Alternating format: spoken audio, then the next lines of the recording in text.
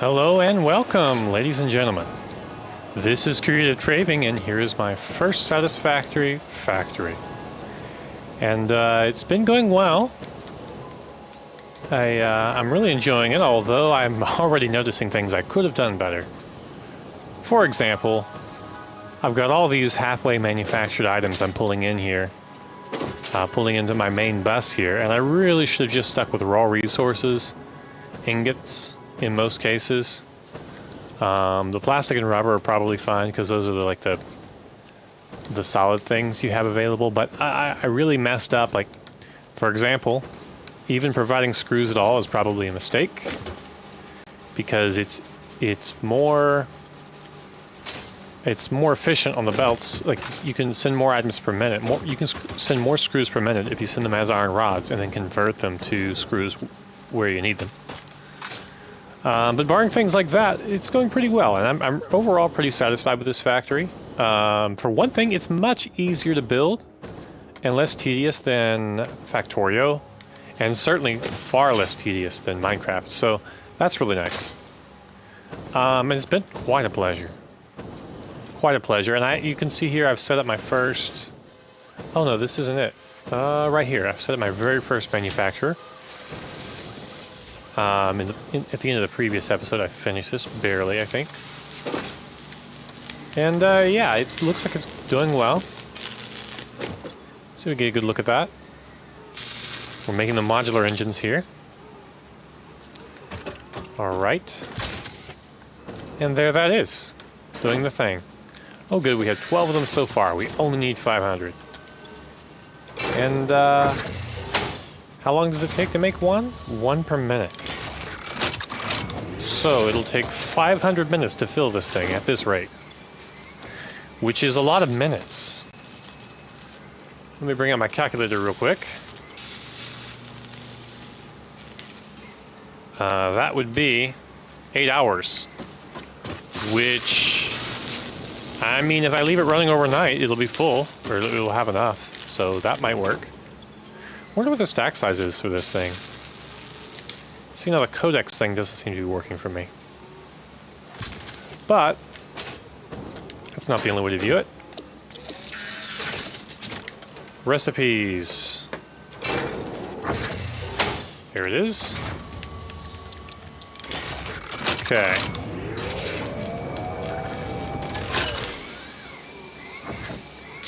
I forgot what I was asking.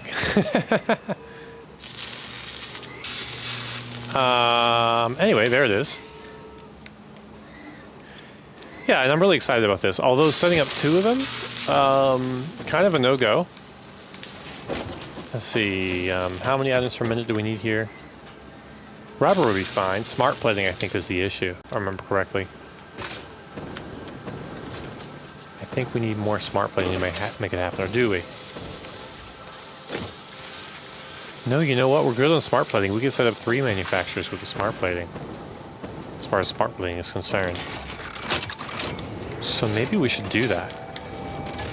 Maybe we should go ahead and extend this and see what bad... You know, I thought something bad was going to happen. Maybe we should just see what bad thing happens. Simple as that. Okay, well, the first bad thing is getting it the wrong way. Okay. Yes, well, there we go. Let's do at least 2 of them. Now then, how did I do this? How did I make this work? The way I did it last time was... Okay, I used straight, first of all.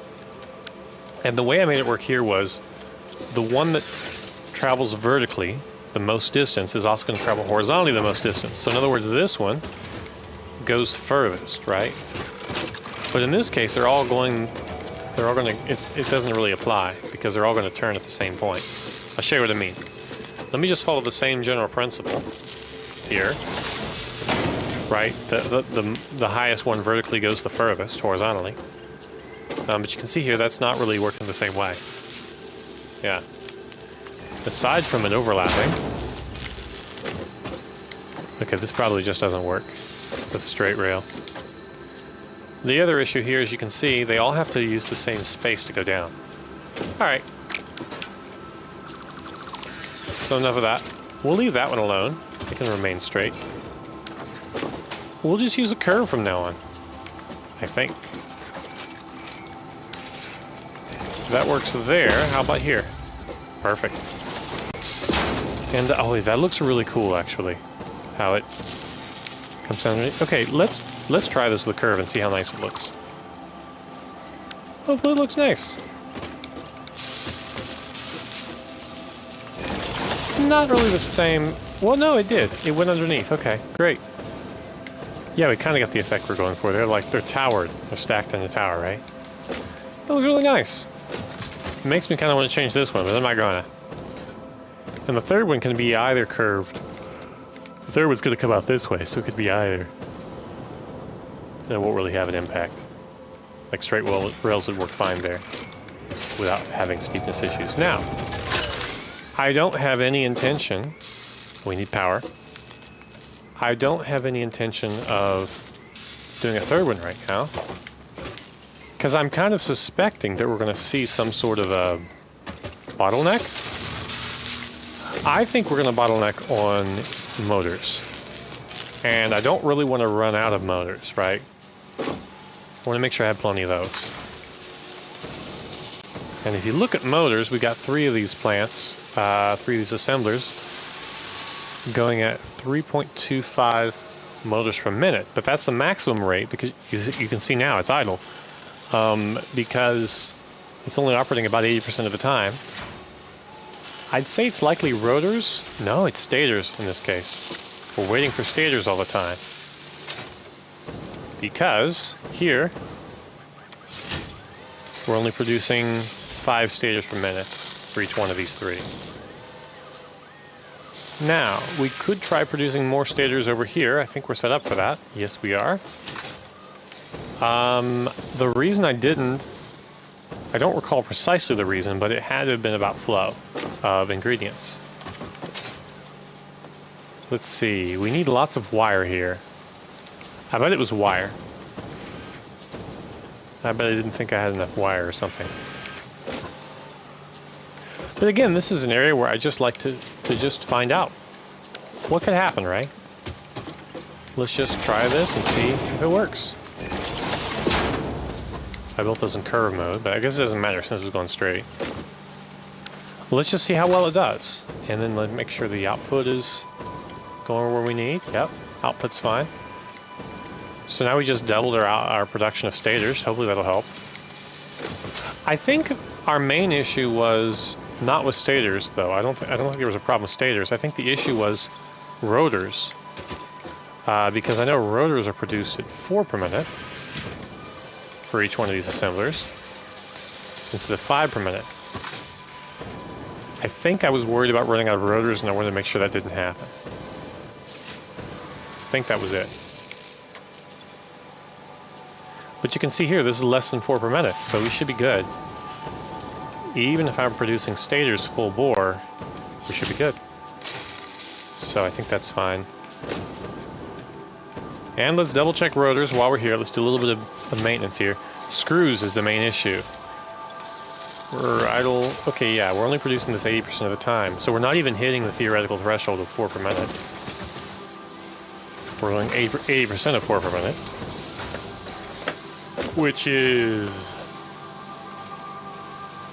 4 times 0.8. 3.2. So still slightly above the 3.125. This is 74. Okay, so the problem here is we don't have enough iron rods. That is something we can go and fix at any point. We can go make more iron rods. I think that's a really good idea. Honestly, yeah, a little bit of belt maintenance sounds good to me. Not quite what I envisioned doing when I started, but yeah, this is like a good day for it. Like, you know, sometimes it's good to just do something a little boring. You know what I mean? Just a little bit of maintenance here. I really wish you could use jetpacks to go horizontally. That would be nice.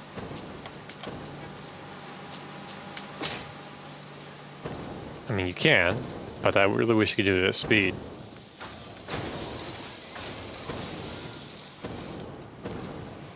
Yeah, but just some days it's really nice to do things like this. Oh, look, here's some iron. Why do we have iron coming in? It's because we're making steel ingots here, right? Yes. Okay, fine. And you can see we have iron bars coming in here, right? Iron ingots, or rather. But it doesn't look like they're coming in fast enough. For what? For these two different sets, we got here, we got the iron plates per minute. You see we're only making 45% of capacity. And this is making rods, and we're making, okay, 92% of capacity. Okay, so we're doing good on rods, honestly. But we're stretching it thin to get enough iron plates. And this is going to be a problem, right? This is not going to resolve itself. So let's go back and take a look at that. Now, we got all this iron ore coming up. We probably should change that to iron ingots. Because evidently we're not using the steel fast enough, right? To where we wish we had this. I also don't remember, see this is a Mark III conveyor, no, Mark III lift. I don't remember, let's see. I bet it's a Mark III lift. I can't really tell. I don't remember the speeds of stuff coming through here, honestly. So I don't even know what I should expect.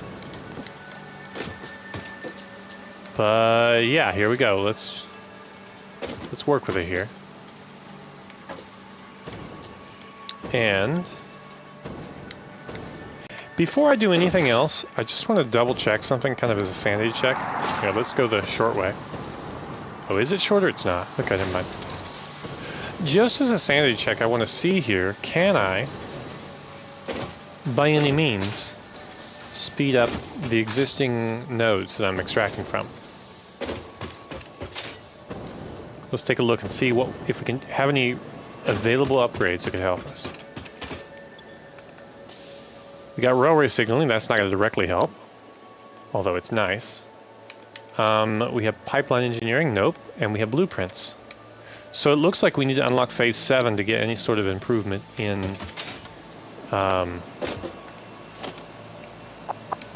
what do you call it? Miner, in order to get an upgraded miner. So the Mark II is the best we got. But I may not be using Mark IIs everywhere. So let's say I want enough. Let's say I want to make 5 more of those.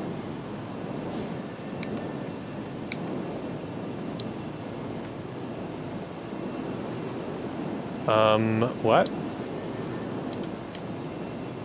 Oh, I need a few more beams. Okay, the high-speed connector is for something else. Can't remember, but we're going to work on that later. Perfect.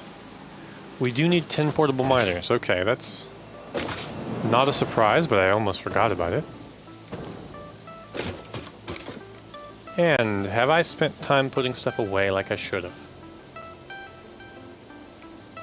Hey, I could go away, honestly. Let's keep it, I guess.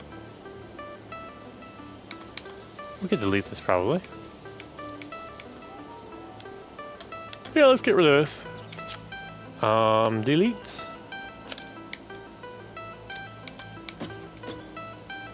Let's see. Do I have any miners here? I probably do somewhere. Okay, I don't really need this stuff here anymore. I probably should delete it because I'm now automating it. I definitely don't need to store this much of it, at least. Okay. Whoa, didn't I see? Nope. Okay. 5 of these connectors. That's half. Okay, that's good. When I go to start doing that, I'm gonna be in good shape. Let's make some portable miners. What does it require again? Iron and rods, okay. I probably need something to manufacture these. Seems like a good idea, but I don't know, just doing it by hand seems okay.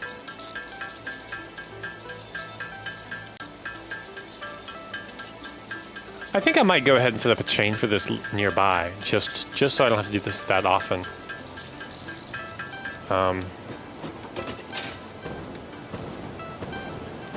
Let's see.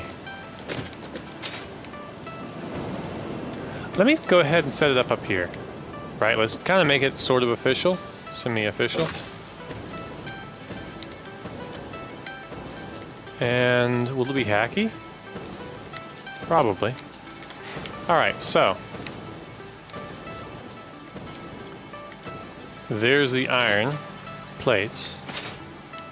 And the iron rods. You know, rods are in short supply here. Yeah, I really do need to solve the iron rod problem because... you know, I'm not going to deal with it right now. I'll deal with that later. When I go to collect more iron rods myself, because I happen to need them for something or other, I'm not going to be able to. They're not going to be stored here where they're supposed to be. Where is it? Right here? Yeah. See, this is empty now. So when I run out of rods personally, I'm going to really be scrounging to find some. So this is an opportune moment to solve the problem before it becomes a problem. Okay, so it's a good thing I didn't forget to make those personal miners. Now, here we are. Oh. We got the iron ingots coming up from here. Oh, interesting. Hang on. So this is coming this way, and there's not enough of it, as we established. But then some of it's going this way. What for? Is this for more rods? I bet it is.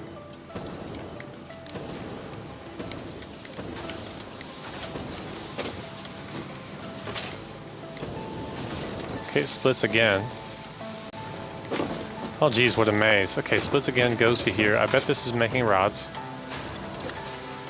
It is. Oh, 0%. Oh, production paused. Hello. Well, wait a minute. That might solve my issue right there. Why was production paused here?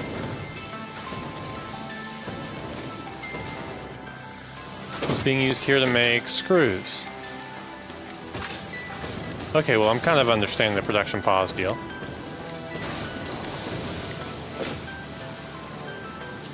Production paused. This one's going fine. It's idle, though. This one is... Sure. Okay, so in other words, we don't need all of those. We barely need even any of them. Okay. So this is not the source of our issue, in other words. Because it's really barely even using what it gets access to. Alright, so we can trace that back to here. And we've excluded the left path as being the source of the problem. The front path is also easily excluded because it doesn't connect anything.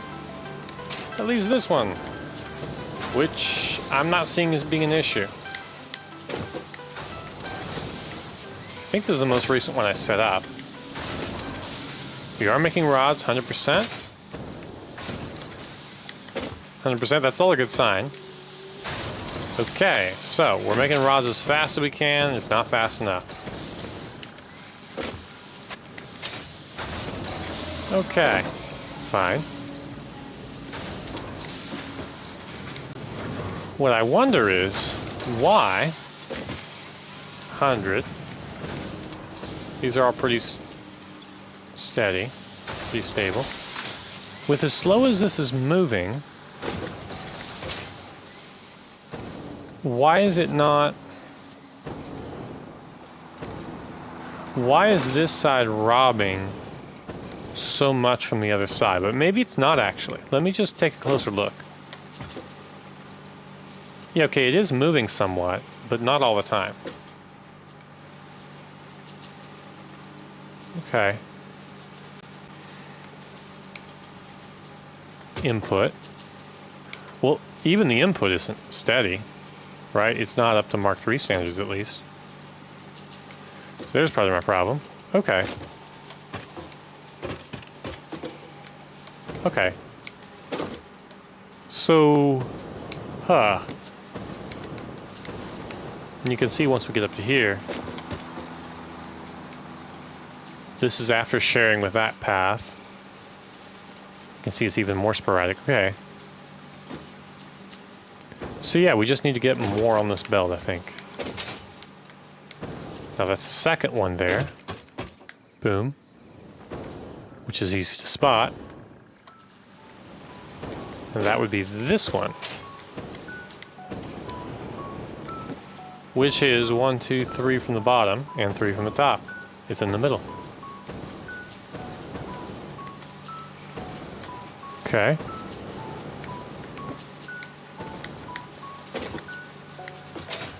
Okay. Great.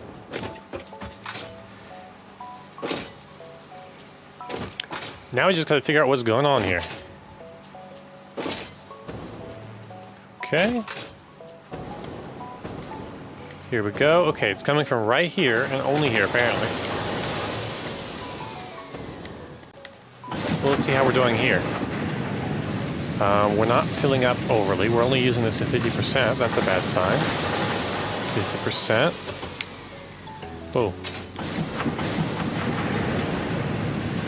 How beautiful it sounds. 50%. And they're not limited, they're just being used 50%. Okay, yeah, so that's an issue. It's a Mark II miner, unfortunately. What about this one? Now this one looks like it's full. Okay, that's really loud compared to... Why is this one so quiet?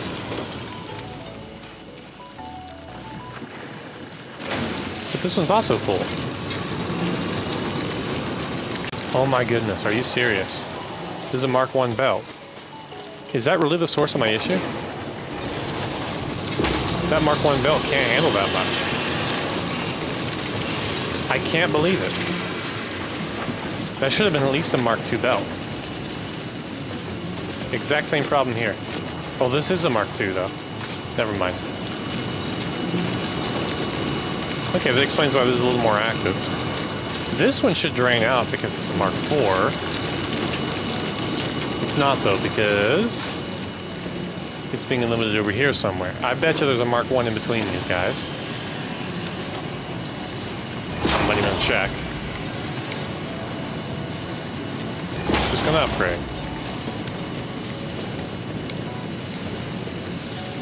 Well, I have the same problem here. Although, to be honest with you, once we get past this first splitter, it shouldn't matter anymore. It shouldn't be any higher than 60 per second. Well, that's not true. Until we get rid of that overflow, until we get rid of the backed up amount, until we get this to go down to 0, it will matter. Okay. So it's moving faster now. I assume these are getting used a little better now. Okay, great. Well, that's going to help. Okay. I don't know how that got backed up, but we're gonna work on solving it.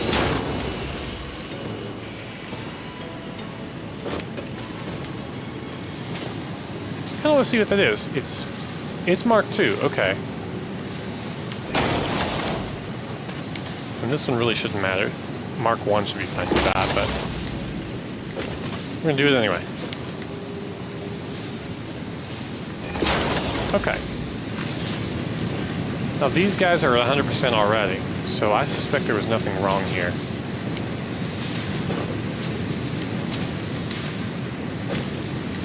Yeah, they're full as well.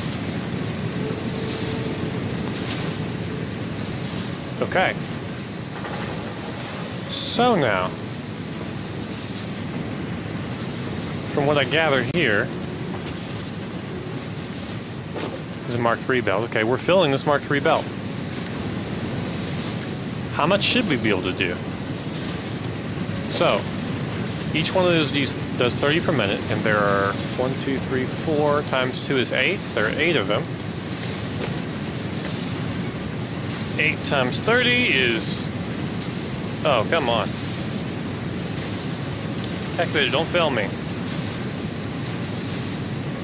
240, so it should fill a Mark II belt. No, it should almost fill a Mark III. So Mark III should be more than enough. Well,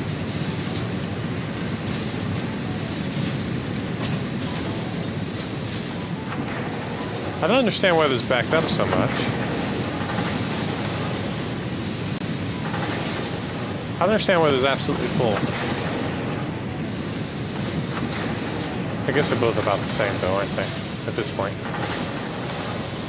Okay, so that should have helped a little bit there.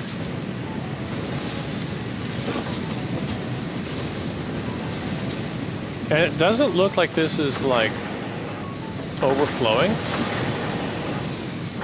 Although maybe some of them are a little bit backed up. Let's see. For this one, yeah, this is backed up. Okay. So it's, yeah, it's emptying this one a little bit better than the rest. 7, backed up 99 and 99. Okay, well, it's not too much of a problem. It means it's flowing slower than it maximally could. But that just means we're using less than 240 per minute on the receiving end, and that's not a problem in the least. I think the problem we had before this is we were using, each one of these is supposed to be 120, but instead of getting 240, we were getting 120 plus 60, so we're getting 180, right? Yeah, because one of these was operating at half capacity. I think that's our issue. So in other words, oh yeah, there we go. Yeah, now this one, has it changed at all?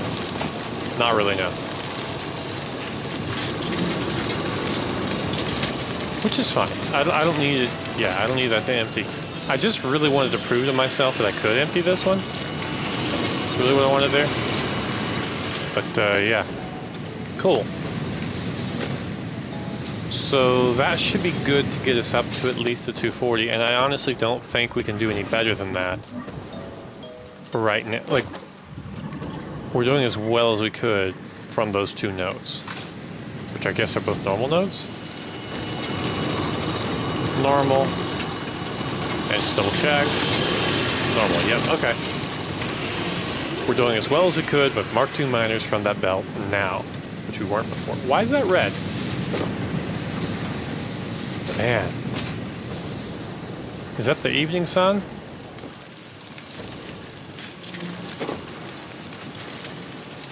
Crazy. Man, this environment just is so beautiful and weird. Okay. So there's that. And I don't really see a reason to do anything extra with that right now. This is limestone, right? Yeah. Okay. I'm not gonna fight with the limestone here. 89%. I feel like this should be filling up better. So what's wrong here? You just upgrade that.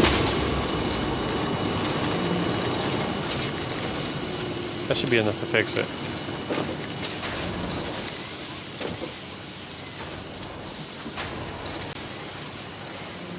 Okay, yeah, we're getting up to 100% usage now.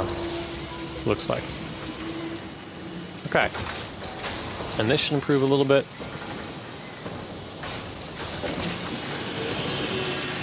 Okay. Oh. Oh, interesting. Some of the... Oh. So I've got limestone from multiple sources here. I didn't realize that. Okay. Well...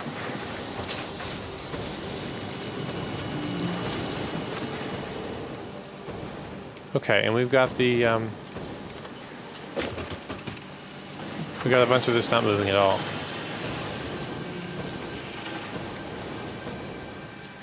Okay. I'm not really sure that I need this anymore for steel, because it seems like I maxed out my steel production. I probably should be converting this to iron, because I have a demonstrated need for iron. I don't have a demonstrated need for more steel. This is a normal node, and a normal node, so it's the same 120 deal. These haven't been used this whole time. So I'm debating whether I should just switch that to iron ingots and then combine it with the other, combine it right here with this one and switch it to Mark IV belt.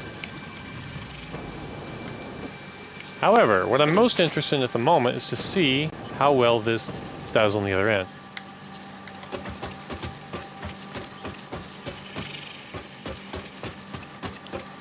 Let's see how well it does. I really need a hypertube here, don't I? Yep, sure do. And honestly, I need a hypertube that'll take me all the way. All the way up.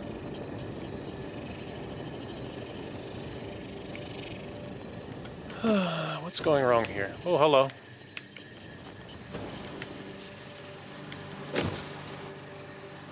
Okay, I'm seeing my issue here. There just wasn't a doorway.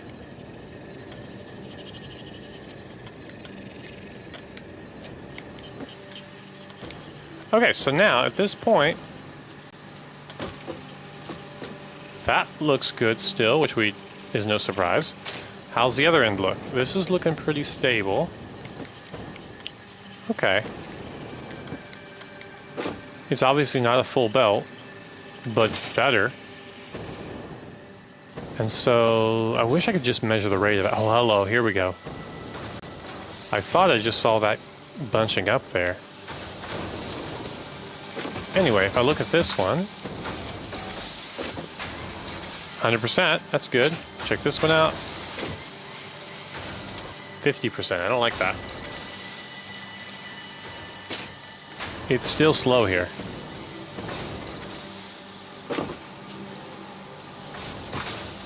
So I think what I need to do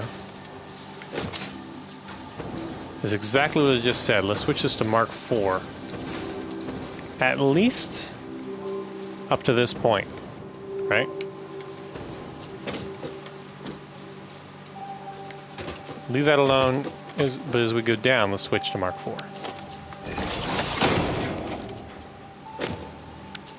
Mark IV. Oh, hello, we're missing stuff.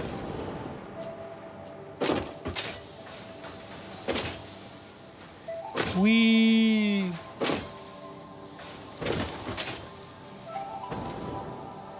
I think it would be right here. Nope, right here.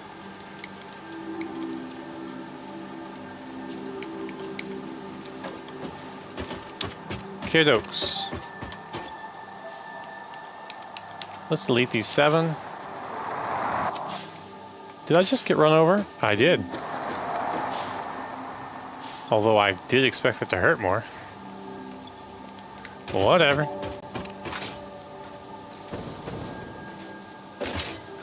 Okay, I'm certainly going to run out of industrial beams again. I have to do this again now.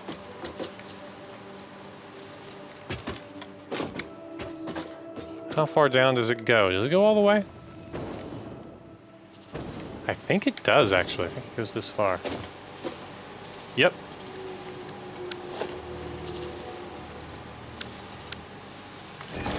Boom.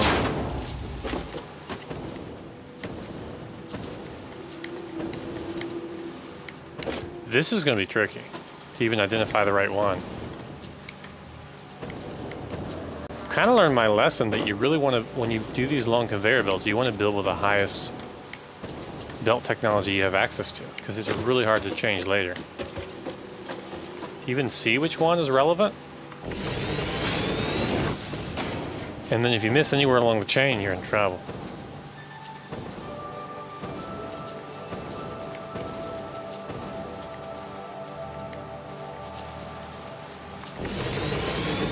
Like, actually, come to think of it, the fact that I'm seeing this going...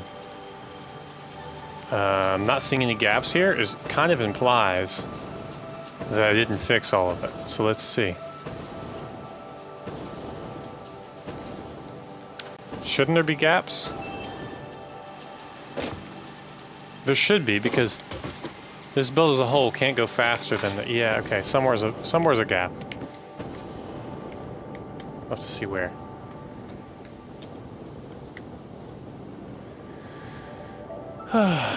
So, basically,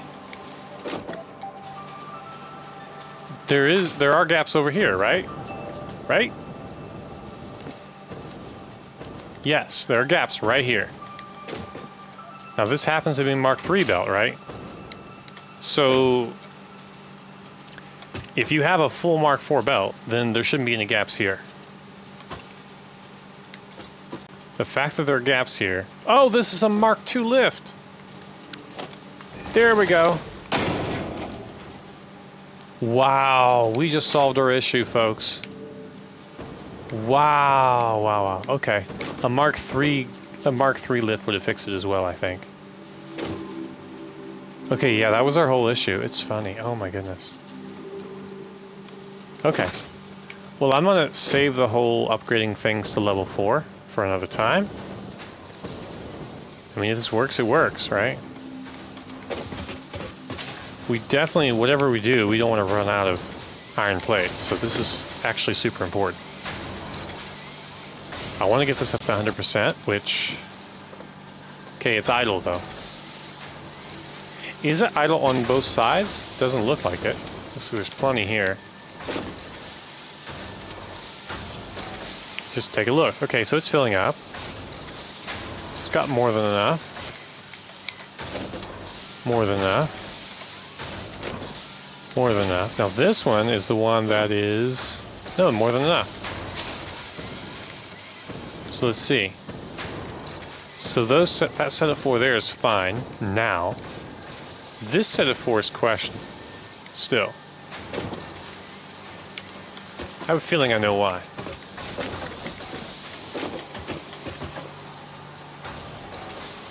Yep, Mark 1. That is our problem. Let's just do Mark 4.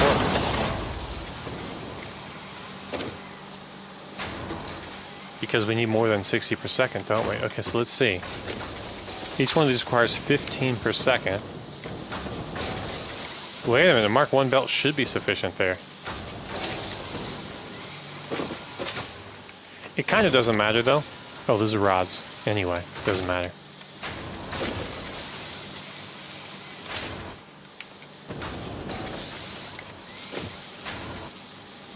This is good.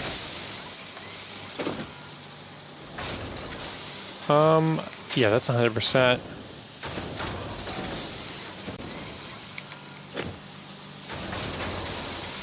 All right, great.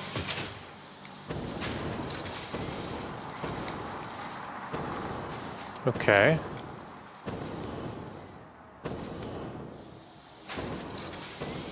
We got those two. We're producing plates here and rods there. Okay. So basically we solved our issue to where these guys... Yeah, it's fine. It's going to creep back up to 100% over the next minute or so. The next 4 minutes or whatever it is. That's going to happen. All right, great. Perfect.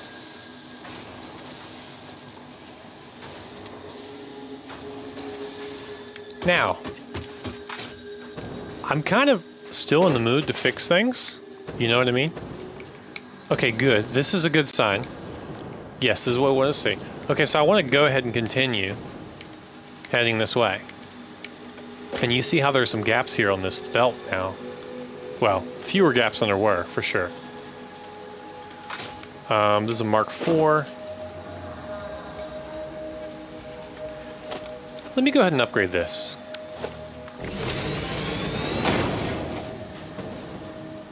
Let me start from this side and kind of expand my theory. Now, you can see there are gaps here. Okay, we need more industrial beams. We need a lot more of these guys. Okay. Is there something I can get rid of here? I mean, I could get rid of some of these guys. I don't want to kill them, though, because I have a feeling we are going to run out of rotors at some point. I'm not going to like that. So let's stick a bunch of them in here. go ahead and stick 100 in there. Fine with that and that and that. We could deal with fewer reinforced plates, I think. I think that'd be perfectly fine. And honestly, if we have a stack of reinforced plates here, then I'm inclined just to delete them. So we'll see. Yeah, that's full. I don't see any reason to keep these. Delete all of type. 1, 2, 3. All of type. Boom. Great. Hopefully those reinforced plates weren't critical in building now. Anyway, the idea with upgrading these to Mark IVs is once I upgrade to the Mark IV, I should see gaps now, right? Which I do. Because everything before that is a Mark III. So even if this is completely full at this point, it's only Mark III, so it can't fill a Mark IV. So if I go this direction, right, and if I keep slowly changing Mark IIIs to Mark IVs, which I think I did this one already, yep, then basically I should see gaps after I make the change. If I don't see a gap, that means I missed a spot and I need to go back. So starting from the end goal and going back to the source is a great way to do it. It's Mark IV already? Wait. Yeah, it's already Mark IV. That's Mark IV. So let's go down here. One flaw in this strategy. You would like to say if you don't see a gap, then you would like to say that if you see a gap, then you need to upgrade. But I have a feeling that we're sending less than 240 items per second, which means even Mark III might have a gap. So I do need to check even the ones that look like they have the appropriate gap. That's already a Mark IV.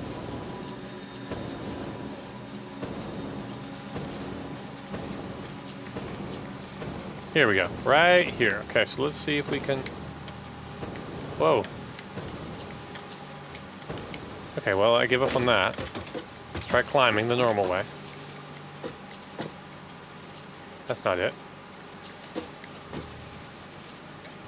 Come on. Oh, that's already a Mark IV, I guess. Okay, great. That one's fixed then. Let's try to do this mid-air and see if that makes a difference. Oh. Hey, we did it. You can see we do have the gaps we want.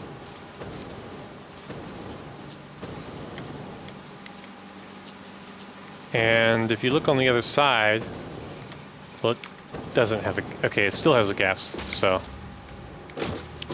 Not really learning anything that way. But this is much easier to do from the ground. Maybe I'll do that from now on.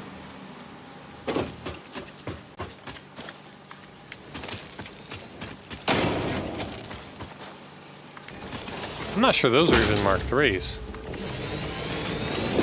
Okay, well, I think that one was, though. Okay, anyway, it doesn't matter.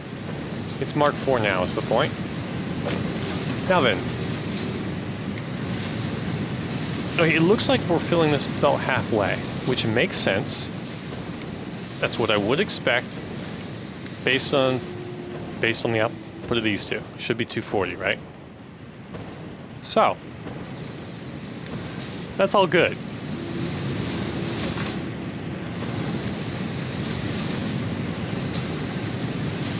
It's fine. I don't know why this one is still full, though. It's a bit concerning.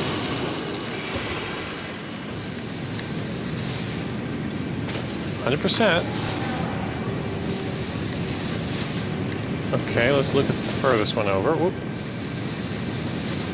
You can see this is not getting used to 100%. Well, huh. Let's upgrade that. Although a Mark II belt should be sufficient here.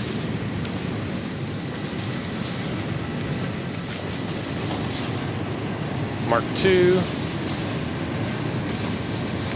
It's not a Mark II. Okay, Mark I.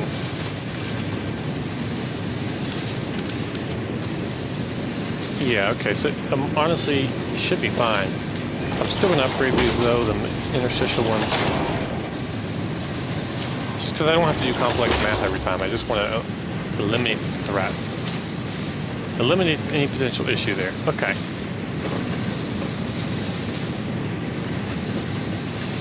Now, this should be emptying out slowly.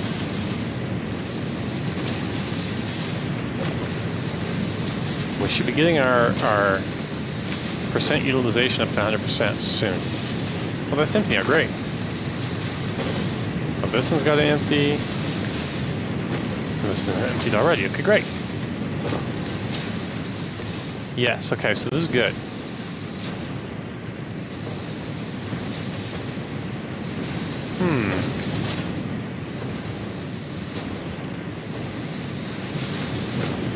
I see, so this one is still got, yeah, it's still got 70 in there, but it can't move faster than 60 per second, which is still double speed, so it can't fill the Mark IV build-up all the way, but it's still overproducing. Okay. So that should tend toward fixing this issue of this guy being overfull. Looks like it. And of this guy being underutilized.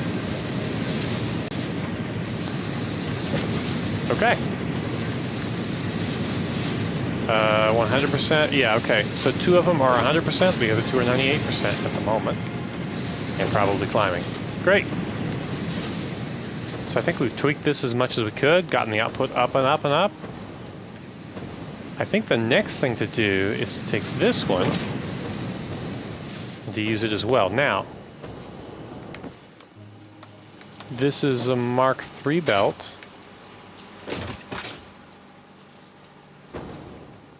So it's 240, right? Yes. This is a Mark II belt because I was scrimping when I made this. Mark III belt. Okay, so we got the, at least we have the ratios right? 120 times 2 is 240. Mark II belt holds 120, sends 120. Mark III belt sends 240. Now, the only thing I want to do at this point is somewhere double these guys up. I think I might do it right here. I think this might just be the right place to do it. Okay, so foundation.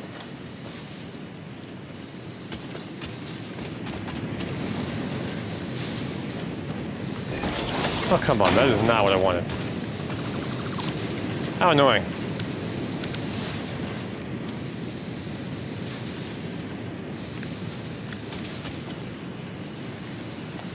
I'll just line this up to some degree. Let's line it up at this corner. You know what, the best corner is over here. Or it's not. Oh, these were... Oh. I think I manually constructed this. I don't think... Okay, so there's nothing to worry about. There's no lining up to do then, because it's manual-matic.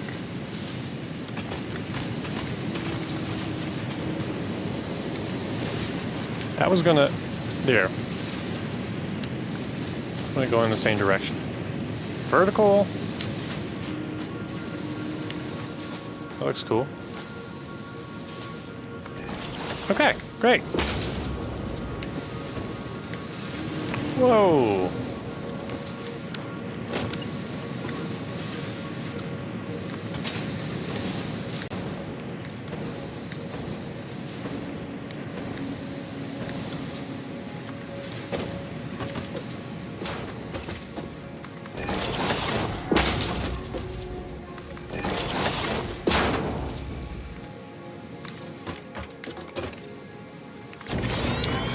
Ooh, okay.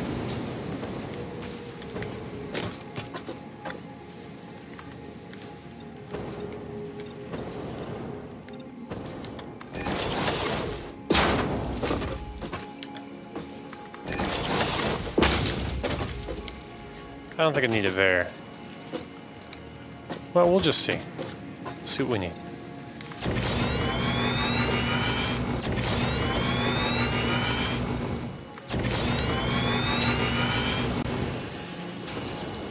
I mean, it strikes my mind that we're using an awful lot of... we're using a bunch of foundations, which include... iron to solve our iron shortage problem. So, like, it's one of those things where... I don't think we have a desperate iron shortage, but it's one of those things where we could easily run out of materials while we're trying to solve the problem, because those are the materials we're using. Okay, so blueprints. Smelt 120, I think this is what we want. And we do want 2 of them.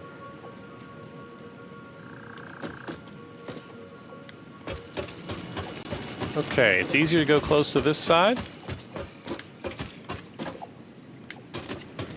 Let's go as far forward as we can here, because I think we've got... Well, actually, going back might be better. Better. I think we're fine to go in here by 1, and if we're not, we'll just extend. We'll do that. And I think that's going to be fine.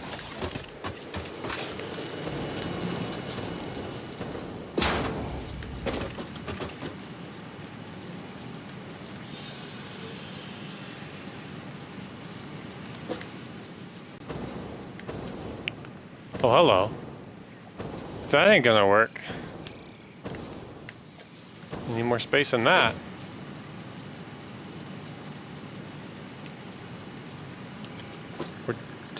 Yeah, I think we do.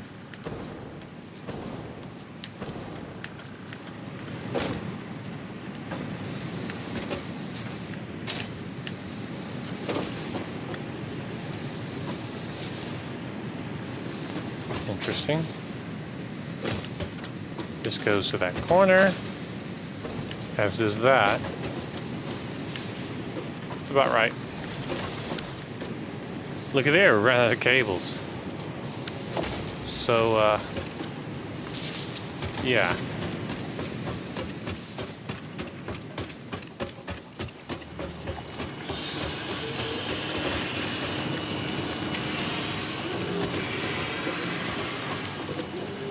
Either of them. Perfect. Now these should all have power now. Looks like it. We're making iron ingots from ore. Great. Okay. Time to run the iron right up through here.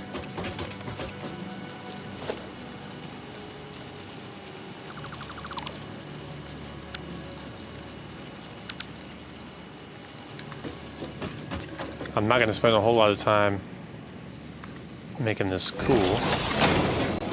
I'm not even going to switch to...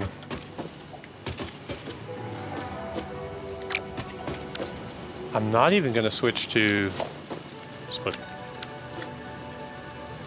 straight mode like I normally would. Just going to do it. You know what? Straight mode would benefit. I changed my mind. Here we go. As with most things in life, I reserve the right to be wrong.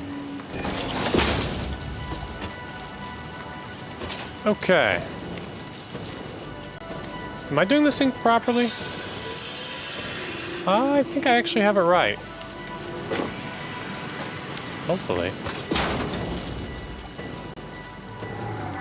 Well, I did this backwards. Oh gosh, that's frustrating. You know what though? I'm gonna fly with it. I'm not gonna turn it around. Am I? Honestly, it wouldn't be a huge amount of effort to do so, but it's also not a huge amount of effort to just do it wrong the whole time. So.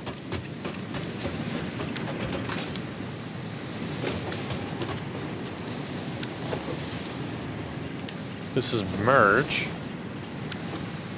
This is split. Okay, let's merge first, split first, and then merge.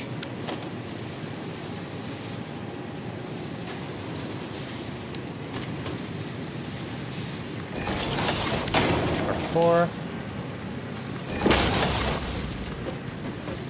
Whoa, hello.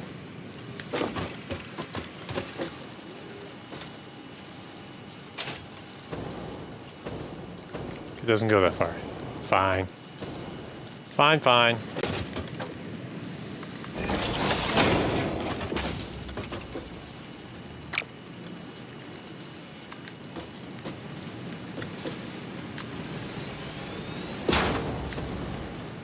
Okay, that works for me. Now then.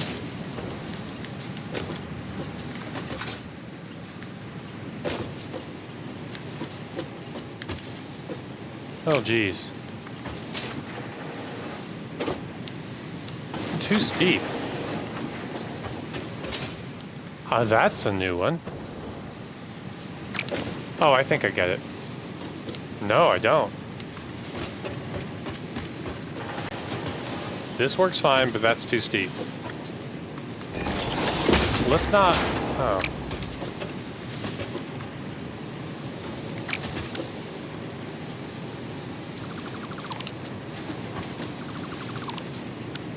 Okay, let's not fight it too hard. Let's not... Oh, I think I get the issue here. It's too close to make that radius. That's what the problem is. So this should be fine then, right? Yeah, okay, it was a radius issue. I probably should switch to default or something. Anyway, there we go.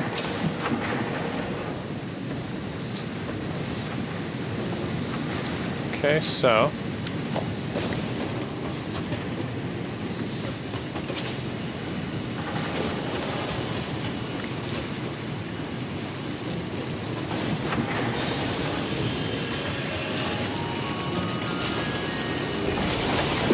Okay.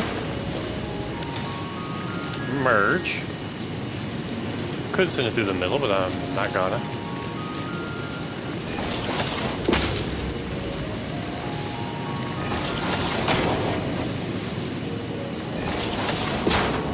Okay. Boo-doo. Ba-doo.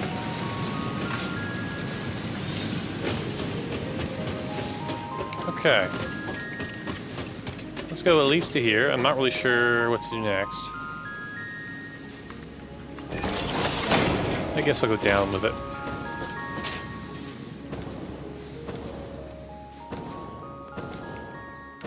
It says too steep, and I'm not really sure why.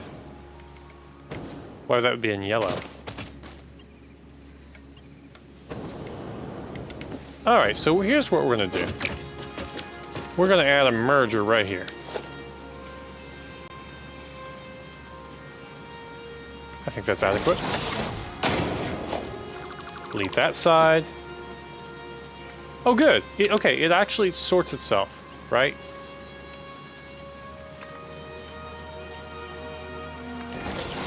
Sort of. Yeah, okay, so that's sorted.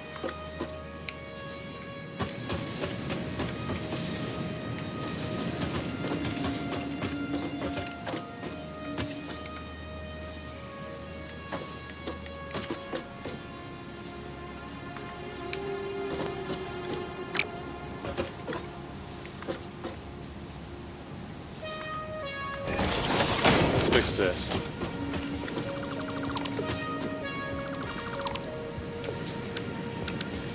Man, that thing's closer than it appears.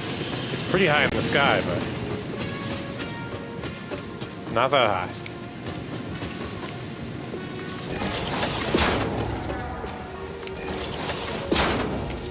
Okay. Where'd you go?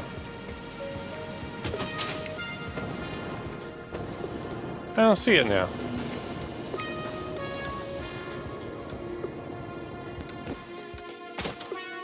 Whoa, look at that. There's my factory. Oh, man. It's a big deal there. Oh, man. That is a going concern now. I lost that creature, but that's okay. Is that the... Yeah, it's a space elevator. Okay.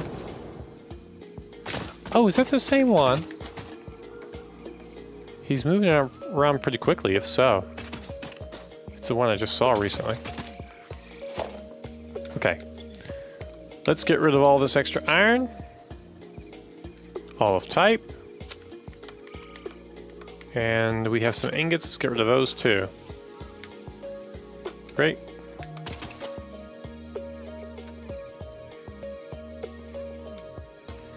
Okay. Man, as big as this factory is, there's so much of the map we haven't explored. It's really exciting when you think about it. Alrighty then. Looking here, you can see we've got this thing filled up, which is exactly what we want at this moment in time.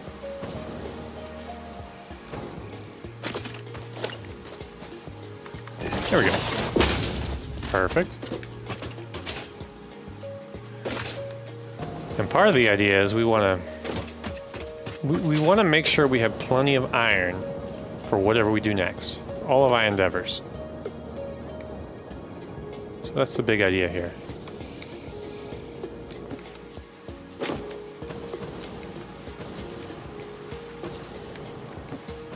Oh, this is concrete, which apparently we don't have that much of.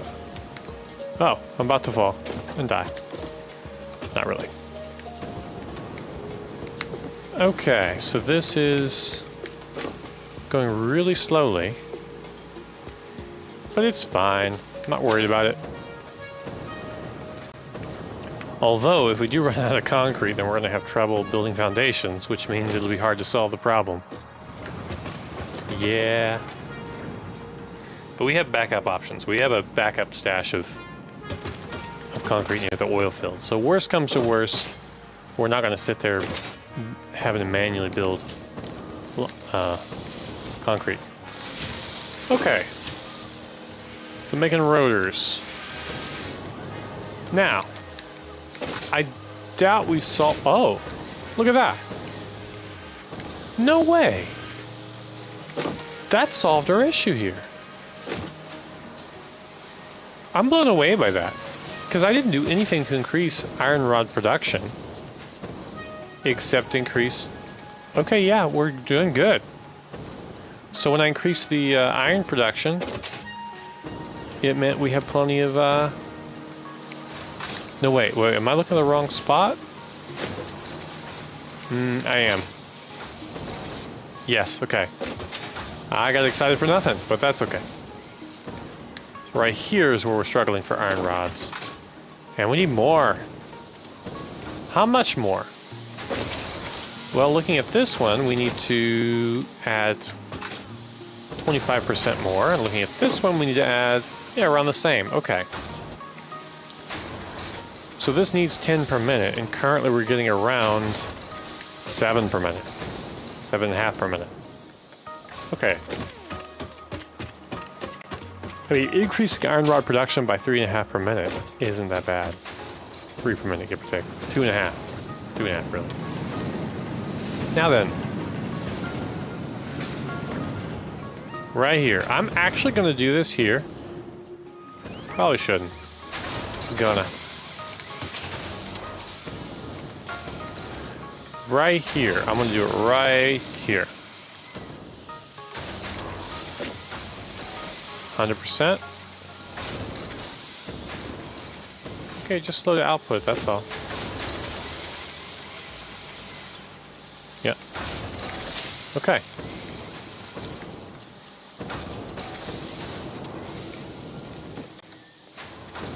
We just need more of it. A lot more of it, okay. Well then.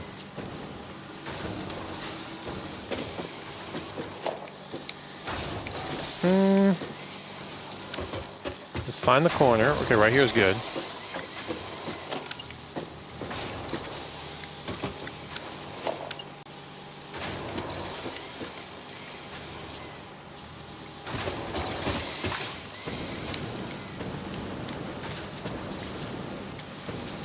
Come on now.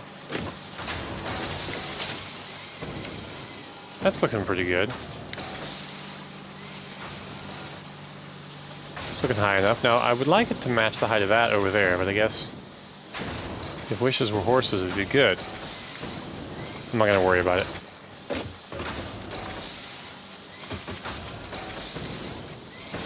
Not gonna worry about it. Let's go this way.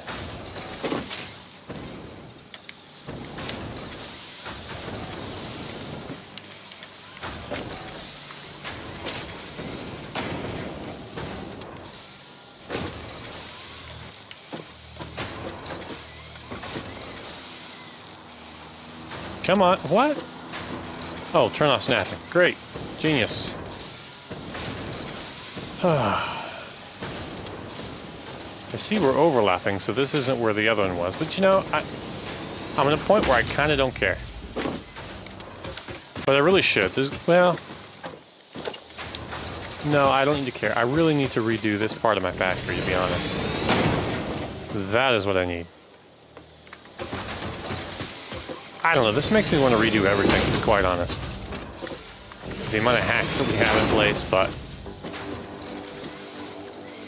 I guess the more hacks I do, the more incentive there will ultimately be to rebuild, so in some ways I'm doing myself a favor. Alright, we need some cables, which looks like we have plenty of here.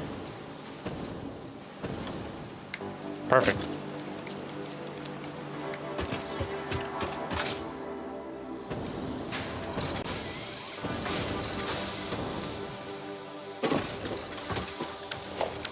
Okay.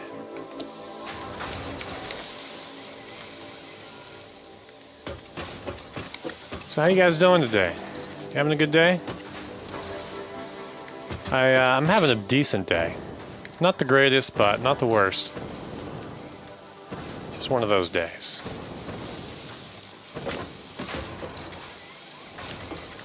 I will tell you though, I did discover something nice today. Which is, oh, hello. Where's the conflict here?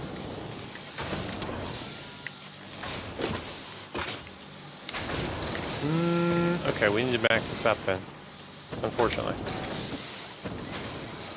Yeah, give it more space.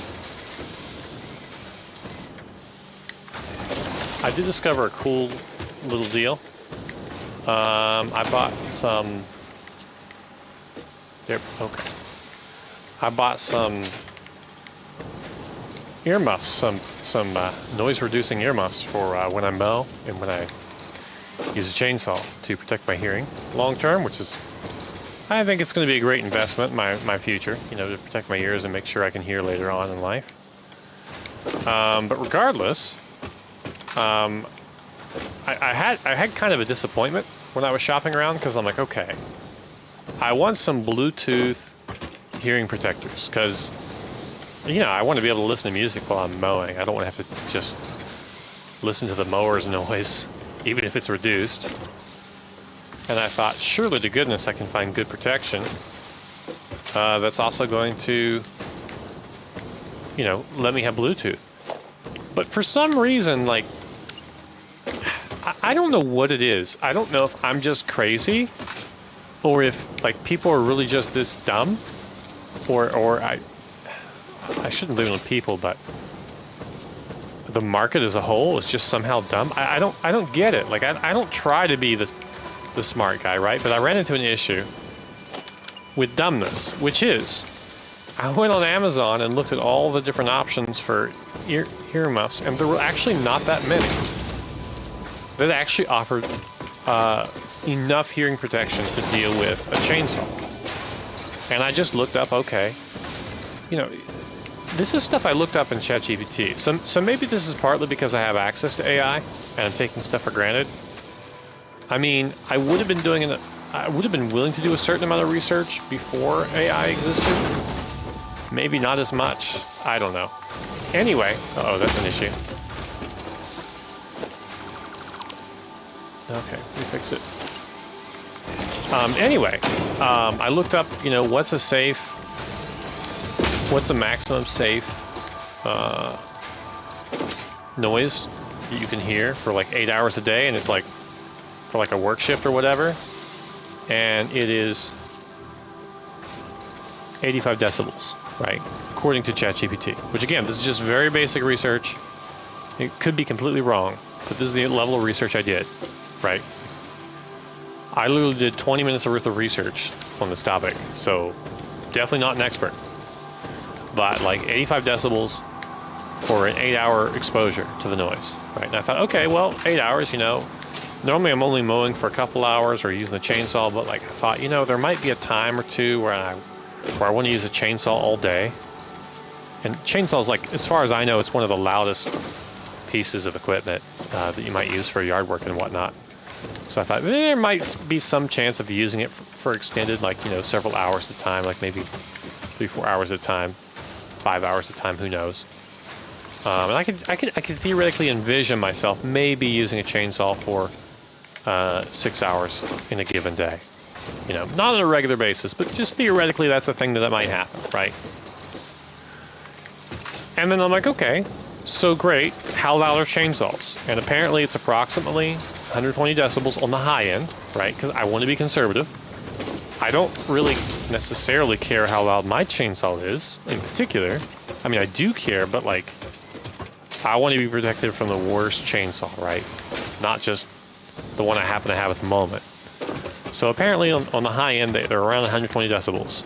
Meaning, if you want to use a loud chainsaw for 8 hours safely, according to OSHA or whatever, meaning you need to lower it from 120 decibels to 85. I promise this story's going somewhere, right? So that's 35 decibels of reduction that you need. That's 35 decibels of reduction that you need in your hearing protection in order to safely use a chainsaw. And I thought, great, I'm sure this is going to be a standard option on the market. Chainsaws are pretty common. People like to use chainsaws. I'm sure this is going to be like the #1 option, right? Wrong. Everything I looked at, especially any hearing protector that included Bluetooth, was like 26 decibel reduction, 32 decibel reduction, 30 decibel reduction. It's like, what the heck? Why is it? And like the ones I saw a few of them that offered higher, right? Like 35 decibel reduction. I'm like, apparently 35 decibel reduction, like they were advertising using a handgun. Like they were showing pictures of using a handgun. It's like, well, that's not, but that's, and I looked at like, I also looked at handguns, right, as well. I was like thinking, okay, theoretically, if I were to own a handgun, would I, you know, what level of hearing protection would I need for that, right? Would it be different than what I need for yard work? And so, believe it or not, from what I'm hearing, from what I saw in ChatGPT anyway, handguns are among the loudest weapons, around 160 decibels, let's say. And again, this is really light research, right? So if I wanted to hear that for 8 hours a day, I'd need like 75 decibels of reduction, which I don't have any intention of using a gun for 8 hours a day, so that's probably not what I need. But like even for using it for a couple hours, I think you need to reduce it to 100 decibels around. And like basically the way the chart scaled out was like, for short periods of time, you can listen to 100 decibel noise and it's fine, doesn't hurt your hearing. If you listen to anything above 120, like just avoid it. Just don't listen to sounds that loud if you can avoid it by any means. So then, not even for a short period of time. So basically that 160 needs to go below 120. So minus 120, 160 minus 120, I need at least 40 decibels of reduction to safely use a handgun even one time, right? At least 40. And to be on the safe side, you want around 50, right? Because that'll bring it down to 110 decibels. But I haven't seen anything on the market that offers 40 decibels of reduction. So at least from the research I've seen, there is no way to use a handgun without permanently damaging your ears. From what I've seen. Which is crazy. It's just the strangest thing to me that, like, I mean, is it just a physical limitation? That you can't have hearing protection that's good enough? That's also portable enough to use, to not be awkward? Like, is it just because people literally won't wear stuff that's actually going to be protective, that they want something lighter even at the risk of damaging their hearing?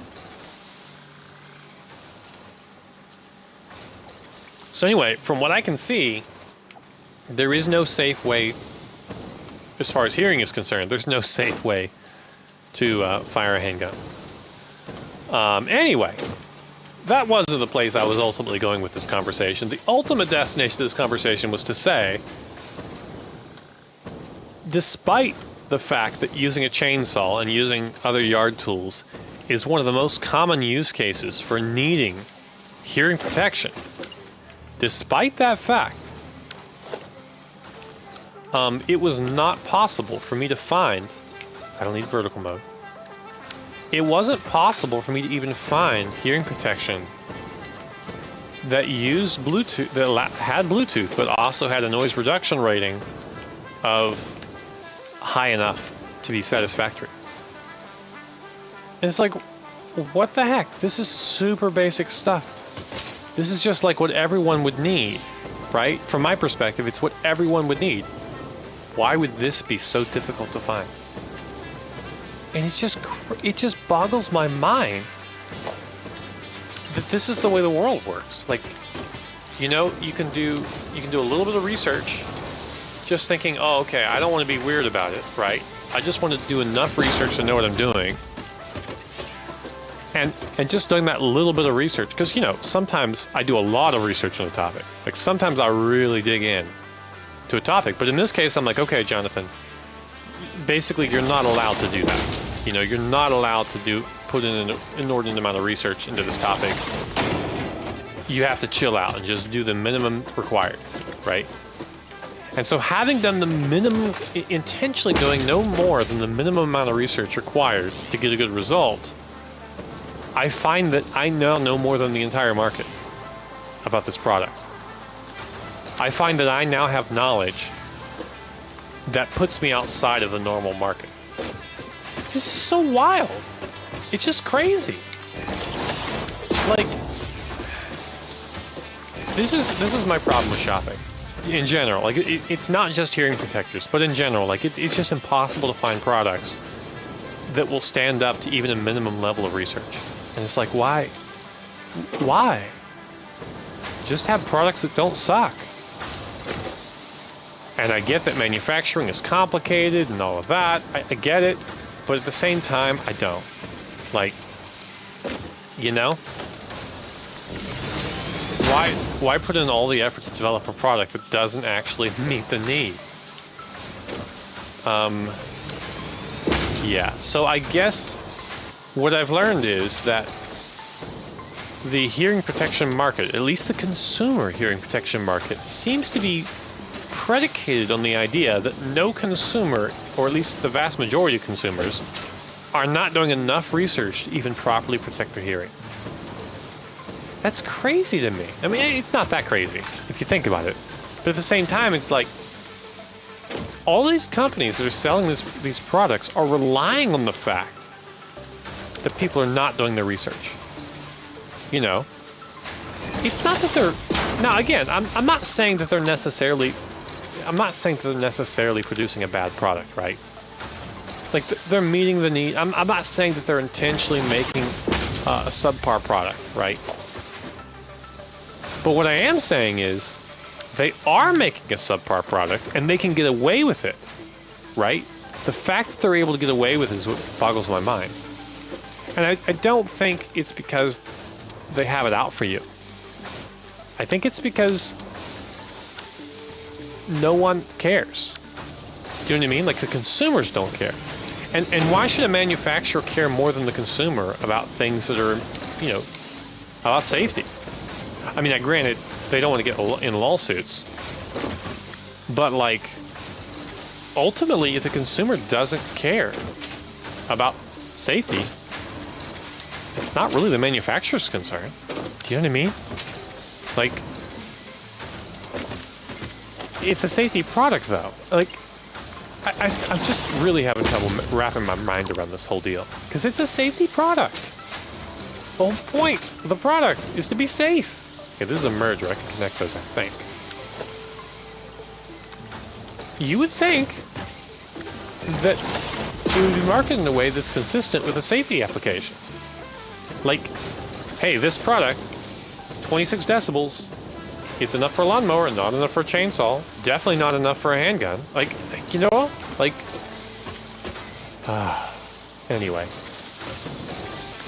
All that to say, if you want to have actual hearing protection, you need to accept a limitation, right? First of all, if you do yard work and you're just worried about your lawnmower and your weed eater or your trimmer, whatever you call it, whatever you want to call it, like, you know, if you're just worried about those things and you don't use a chainsaw and you don't care to use a chainsaw, and you know, actually, a weed eater is pretty loud too. The trimmer is pretty loud, so I didn't check it out.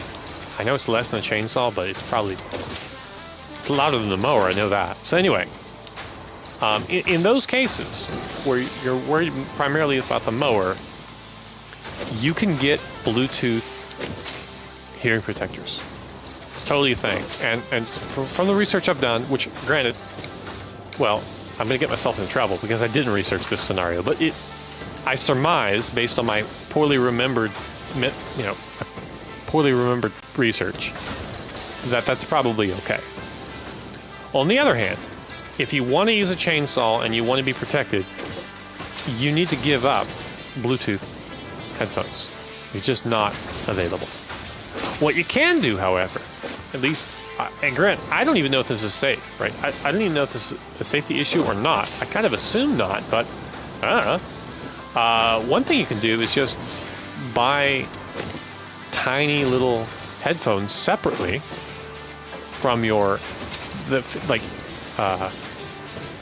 ones that are meant to go in your ear, and put them inside of your hearing protection. So that way you can hear something, you can listen to music or whatever while you're doing some activity that may or may not damage your hearing.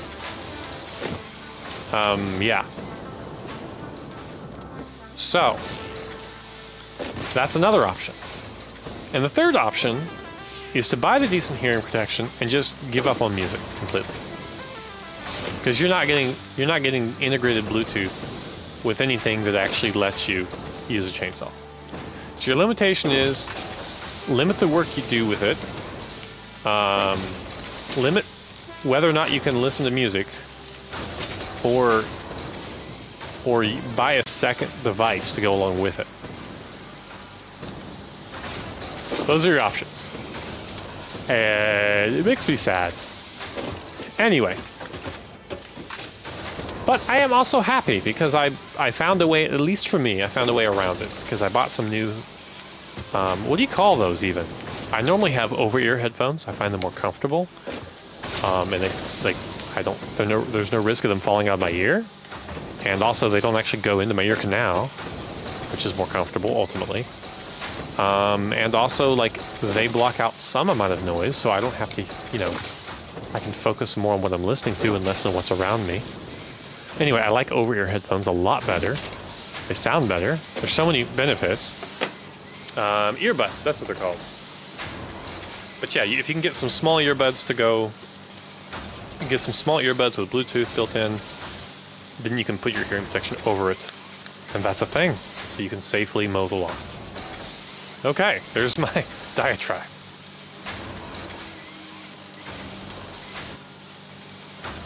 And now we have some rods. But I bet we're still using rods faster I bet we're still pulling rods faster than we're putting them in as far as the storage goes. Yeah, and it hasn't been that long, so it could be that that's going to start filling up. I actually rather doubt it, though. I don't think I've done enough yet. Let's go and check, see. Probably should be using this. Maybe. We'll try it. This will take us to the end, but we really probably don't want to go that far. Yeah, we really just want to go here, don't we? Right there. There. Yeah, okay. This is too far. Silly. Still, this is looking beautiful. This is a beautiful factory. Takes up a lot of space, but it's beautiful. And maybe what I need to do at a certain point is start making these lines go vertically. So think about it this way, right? We could use each dimension for a different... We could use each dimension of our factory to express a different variable. Like, for example, when we go horizontally, this direction, when we go down the bus horizontally, let's say parallel to the bus, that could express a different recipe or a different end product, right? And each end product goes into one of these industrial storage containers. Ooh, wow. Hey, yeah. That's nice. We were at like 14 of them before. We made 50 in the meantime. Idle because of rubber. Interesting. I'll have to investigate that later. Anyway, so horizontal direction could mean, okay, we have a new recipe now. A new end product that we want to manufacture. Okay. Now, going this direction, right? Which I guess I'll call this horizontal direction. I'll call that the X direction, right? It's not the X direction in the game necessarily, but it's the X direction with respect to the bus, right? Following the bus, following the same axis as the bus, let's call that the X direction. Going the Y direction here, which is the only true way to do it. Following the Y direction, we would end up having increasing quantity, right? So for example, this is the line where we manufacture modular engines. You know, this line along the x-axis is a different line, does a different thing. If we want to manufacture more modular engines, we go this way, increasing what we're doing. Finally, there's a third dimension, which is vertical. The Z direction, let's call it. Because again, that's the one true way. Oh yeah. So here's my idea. All the subcomponents we need for the manufacturing modular engines could go up. Instead of going out to the side, it could just go up. And I like that scenario. Like, there's upsides and downsides to it, but it would take less space in terms of... It would take less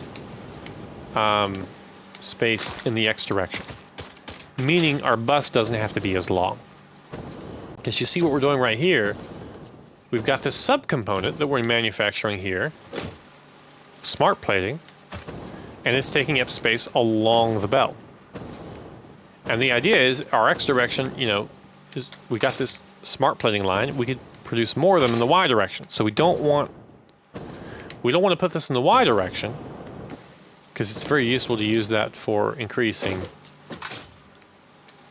the count. Alternately, we could increase the count vertically, and it really depends on, do we want to make each manufacturing chain more difficult in terms of duplicating it, or more difficult in terms of setting up the dependencies? All right, setting up do we want to set the dependencies vertically in the more challenging direction to build? Or do we want to set up the dependencies this direction, in the Y direction, and then just accept that when we want to increase our output, we have to go up?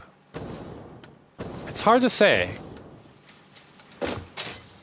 I honestly feel like the main advantage of how we're doing it now, where the Y direction is quantity, is it's easier for me to think about. And it matches well with Factorio, where you don't have 3 dimensions to play with. So it maps really well to concepts that are already inside my mind. However, the advantage of doing dependencies in this direction is that then you don't have to worry about the vertical direction at all unless your quantity is low. And if your quantity is low, you know, you basically have 2 steps. Step 1 is to lay the foundation that you need on the second level, and step 2 is just to duplicate everything you already have. So it's not like it's mentally challenging. Versus if you're trying to do dependencies in the Z direction and build vertically for dependencies, then that means you have to have a lot more belts going up and down, a lot more lifts to carry intermediate products between levels. So I don't know.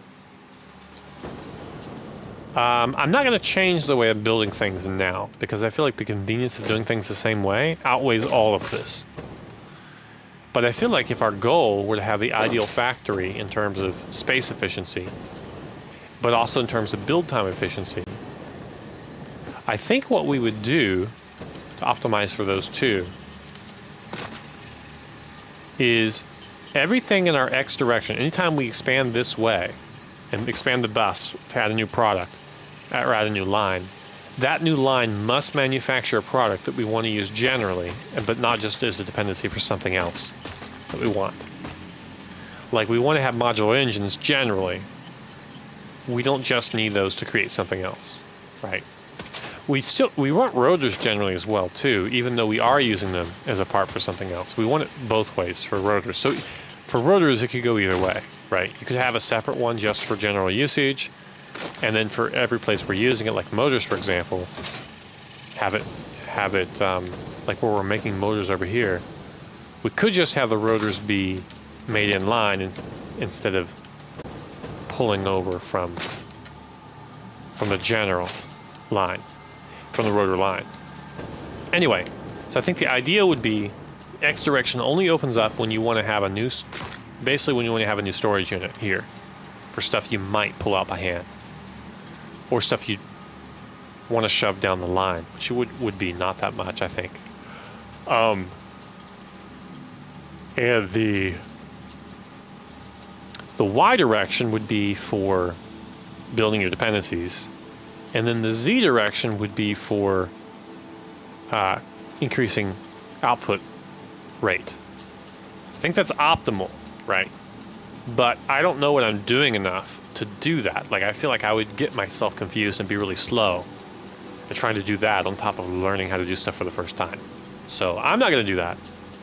But I think this is how you'd want to do it if you had the experience.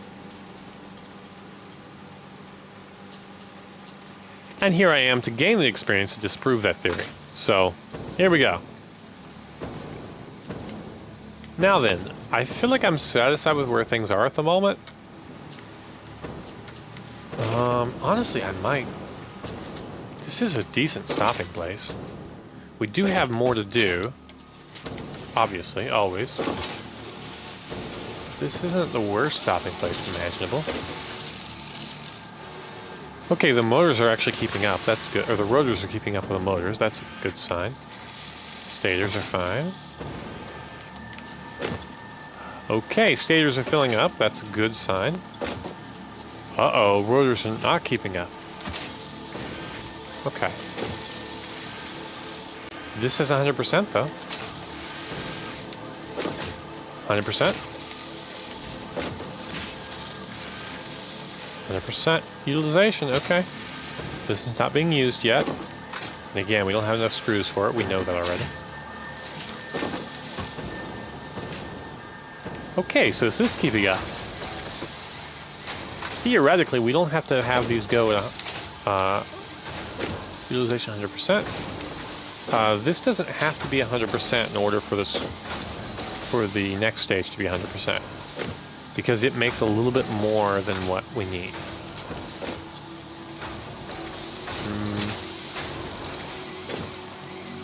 It makes 160, and it makes 320. Giving us 20 extra. So it looks like, though, it is getting to 100%. That's good. Plenty of rods here. Oh, yeah. There we go. Okay, that has plenty of rods. What about this one? Oh, look at that. We're filling up with rods. This is a good sign. Rods are filling up. So this is going to get to 100. Once this gets up to 200 for each one of them, then this will start backing up. And we'll start filling the storage container again. So that's a really good sign. So we can make rotors full bore. However, I don't know how. I think motors will have to be changed a little bit. Give me a second.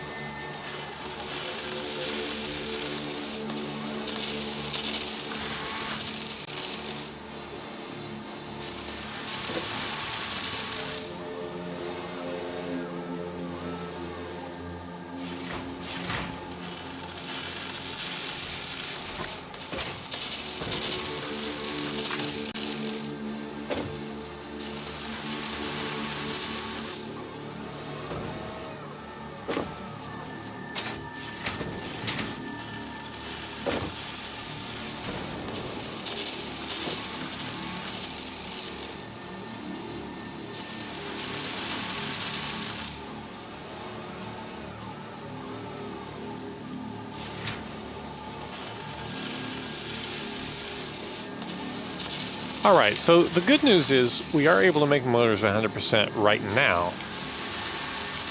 But that's only because rotors are on backlog here. Or... Okay, okay, I've got myself disoriented here. Is this... No, okay. I got X confused with negative X. The reason, though, that we haven't had an issue yet is because... Oh, here we go. The issue's coming. Because this was not empty yet. So now that this is empty, it's going to slow down. So, I have two options here. Oh, and they're both interesting. I don't know which is more fun. Ultimately, the funnest thing would be to double my production of rotors. That would require me to double my production of screws, though, and I'd really have to get more of the iron rods produced as well. I would have to make sure to get enough. 10 per minute times 4 times 8. So I need to produce 80 rods per minute more than I am now. I don't know if I would need to make a new iron mine or not to do that. So there's all kinds of reasons why that might be challenging. However, ultimately, having that set up here and having this turned on would be great, right? Ultimately, that would be my favorite thing to do. And just double my production of rotors.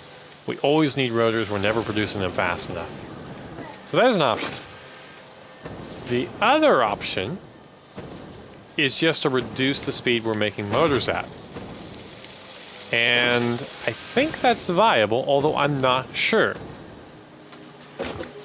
Stagers are filling up. That's a good sign. At least that's a good sign. At least. So,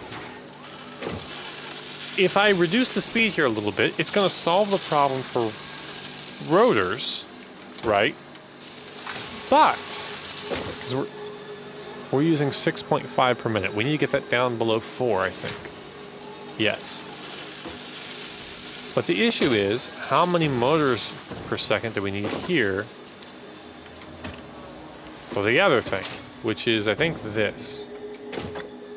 Motors, 2 per minute per each one of these. So that's 4 per minute total. And we might increase that even more later. So right now, that would be... Okay, so we have 3 of these. We're producing... Let's say reduce each one of these to 2 per minute. It's going to be a 1-to-1 ratio with that. Okay, so we need at least 2 per minute here. And I think I'll be satisfied with that. Okay, there we go. 4 point... Okay, this is exactly 2 per minute. Copy. And paste. And paste.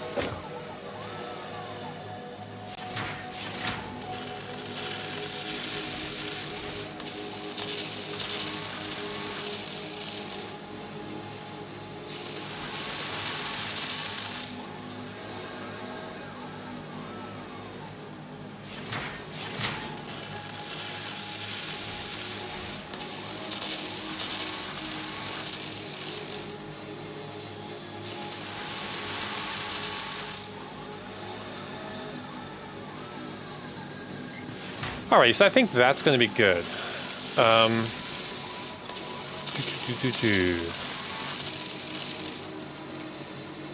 Okay, I think I got them all. I just totally spaced and forgot. Okay, let's see. Boom. Yep, good.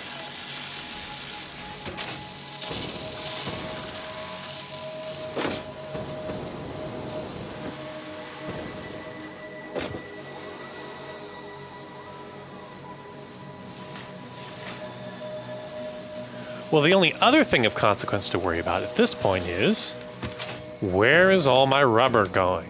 Why do I not have enough? So, rubber clearly is this top one. And it doesn't really matter, we don't need to follow it all the way. We're out of rubber. And I don't really know why. This is not something I really anticipated. Oh, that doesn't look great. That didn't look sane, and it wasn't. Don't really know why we're out of rubber here, but I am going to go find out. Just going to go the dumb way, the long way, which may or may not be. The dumb way, which maybe the long way may not be. We'll avoid the hypertube for now. I would expect the train to be pulling rubber across whenever it's missing. Now, there are two explanations I can think of for why it wouldn't be pulling rubber across.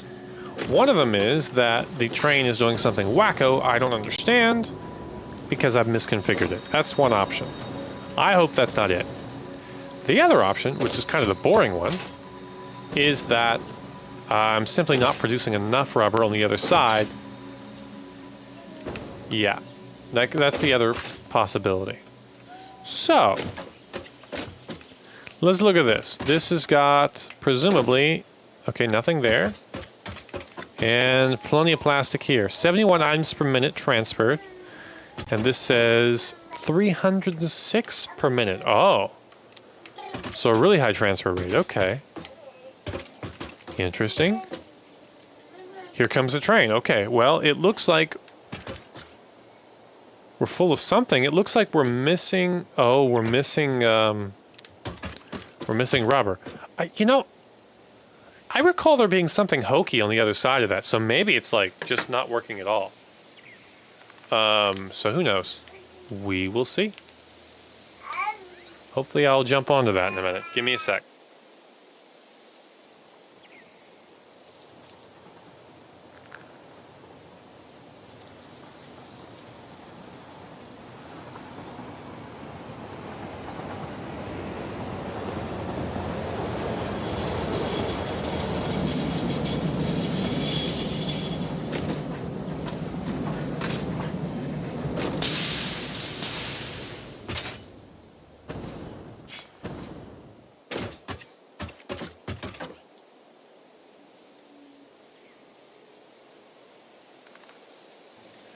All right, so there's no rubber, but let's enjoy the ride back and see what's going on the other side.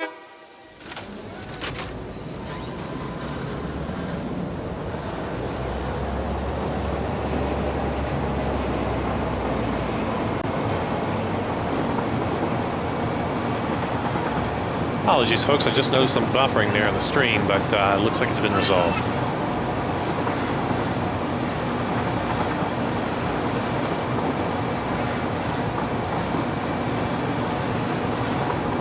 Choo-choo!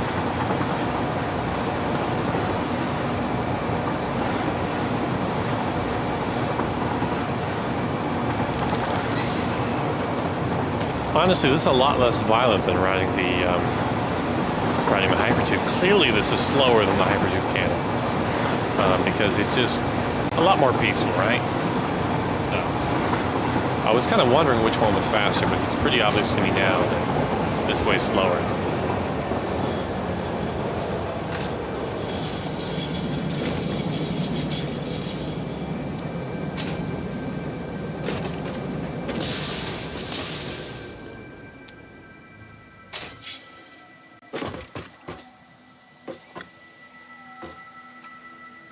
And of course, we can't configure anything here. So that's a problem. It's because the train is here, right? But now I should be able to. There. You can see this is empty. There's no rubber there. But the other one seems to be full of plastic.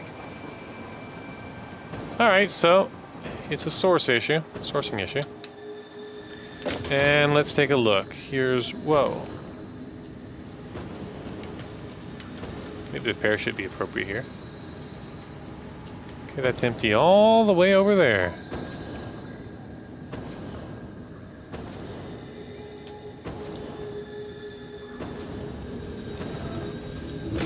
Oh. Okay, I bet it's just about the amount of rubber being produced.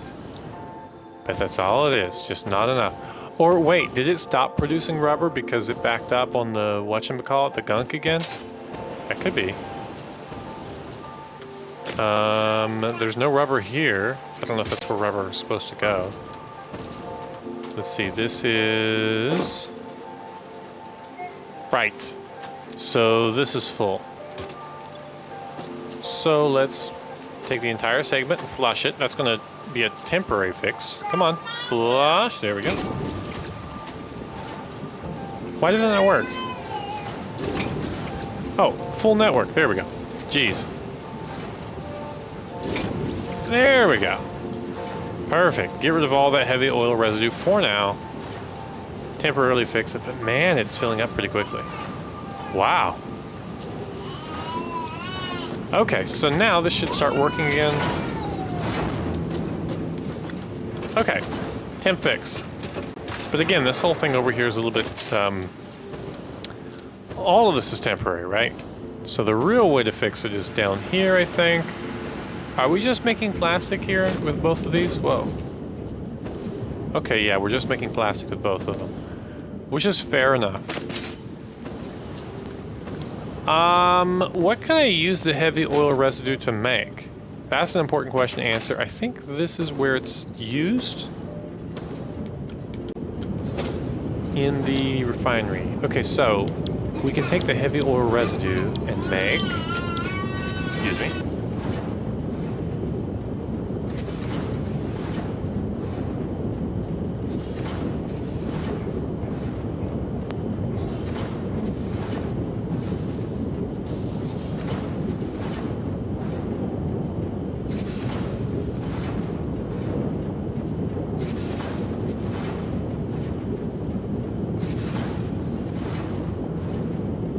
Alrighty.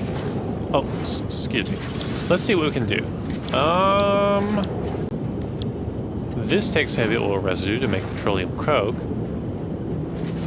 I think I can use this in place of coal, which I could mix in with my coal plant, but I'd have to take this all the way back there, which is pretty far to go. I could make quote-unquote residual fuel. That's one thing I could do.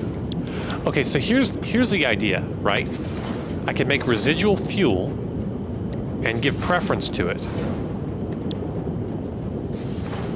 from the whatchamacallit over there. So here's my idea. Right here, right now, we're making fuel. Yes. So, and we're making plastic as a byproduct. Now, right now, we have plenty of fuel. This is full. Mostly full. And we have plenty of plastic, so those are not currently bottlenecks. So here's my thinking, right? We're bottlenecking on rubber over here simply because we can't discard the heavy oil residue. And if we want to discard heavy oil residue, well, we can use it to make fuel. And then we just need to pump it in, excuse me, as the first alternative when sending to here. We just need to discard that fuel by burning it in our oil plants. That would do the trick.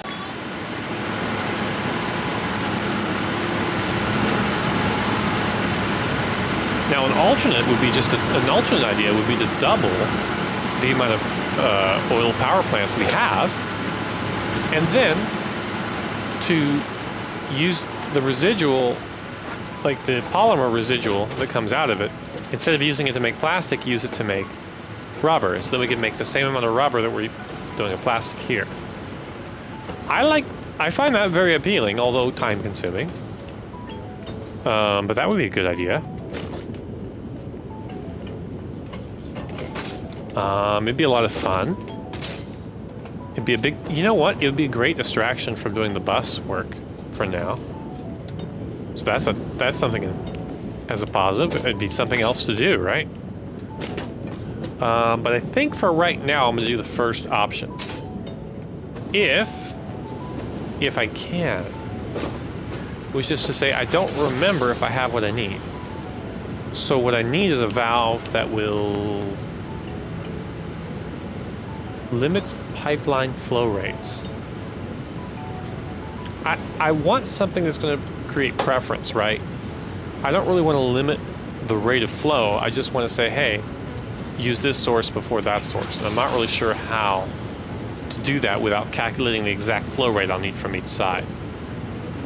Doable though. Well,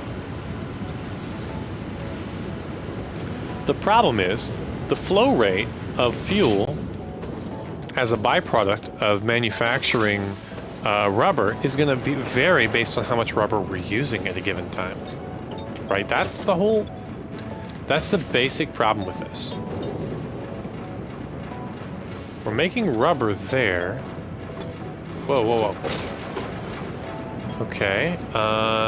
This is making fuel from crude. Am I using it for anything? I don't think I am. Well, I am actually using it up here, aren't I? Fuel. Oh yeah, I have a few of these guys here, don't I? Wait, are these guys actually set up and working? Are they not? No power. What? It has fuel. Did I disconnect these because I was planning on getting rid of it? What? It's obviously connected. So what do you mean no power?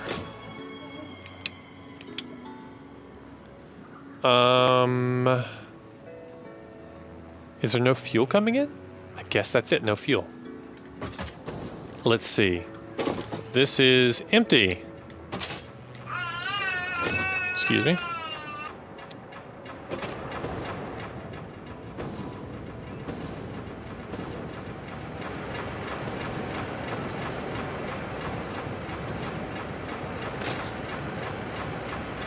I bet this is our issue right here. Well, here we go. Head lift is 21. It's higher than it should be. All right. This is an issue that resulted from me not being able to easily move up and down when I was using my previous jetpack. That's what it was. So this one's going to have... Ooh, hello. It's still hard enough, even with the new jetpack. With the new jetpack fuel. Head lift has not been determined yet, okay? There we go. Excuse me.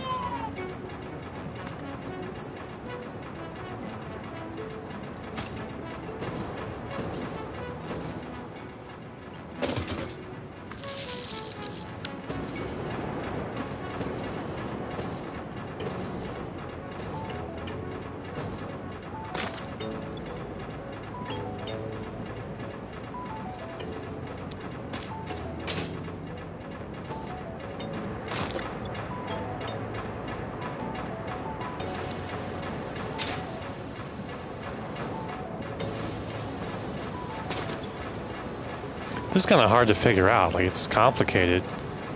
Let's see.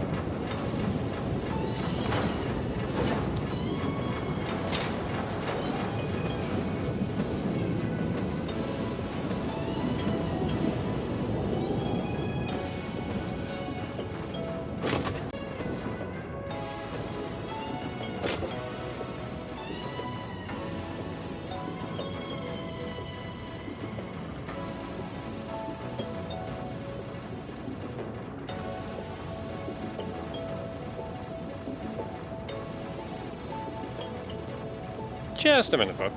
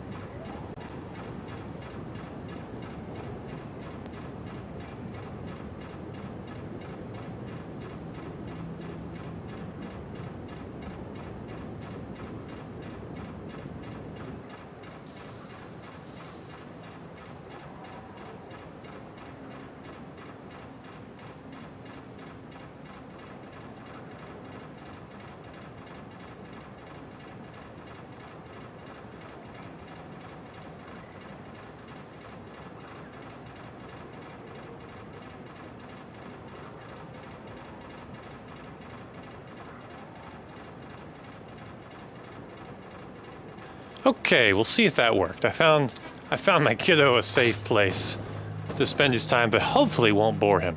I think I figured out what's going on here, though. Basically, we're not able to produce enough fuel here because we're full up on polymer. This is the same problem we have on the other side over here when we try to convert crude to fuel. Because we have the leftover polymer, which we then have to use somehow, like right here, to make plastic. I think, though, what I want to do in this case, honestly, I want to rebuild this. You know what I should do? I should discard all of this and start over. What I mean by that, here I've got these nodes coming from... yeah, I've got these oil nodes here I'm using. And let's not die. All good. Okay. 120 crude, I think the other one's 60? Yeah, I think it is 60. Let's see. 60, yeah.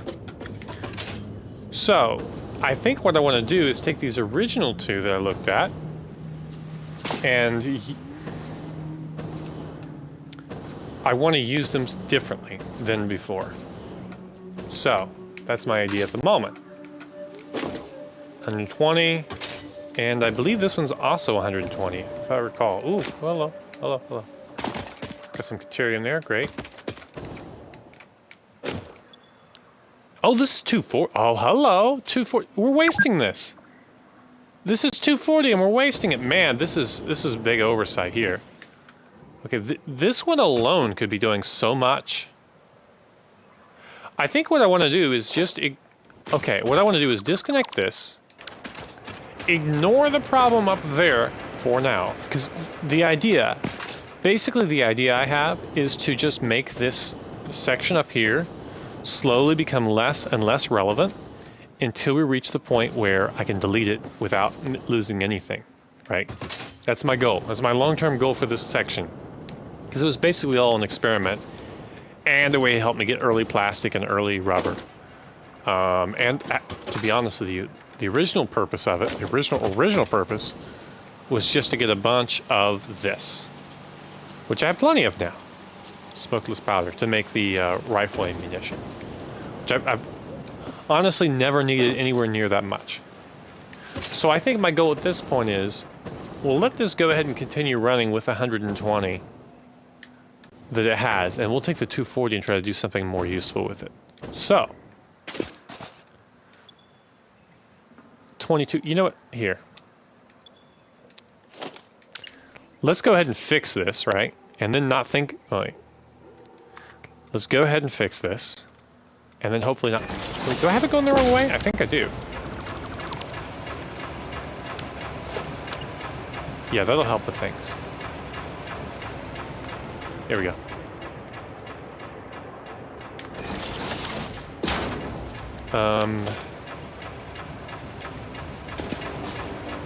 Perfect. Head lift is 9, which is fine. Head lift is high. 15, okay. That's fine. I think what I might have done, I might have lifted that a little bit high. I don't know what happened. Anyway. This should be pumping now. And it looks like it's filling up faster than it's being used. Whatever that means. Now, I think what I want to do is just take this and get it used a bunch.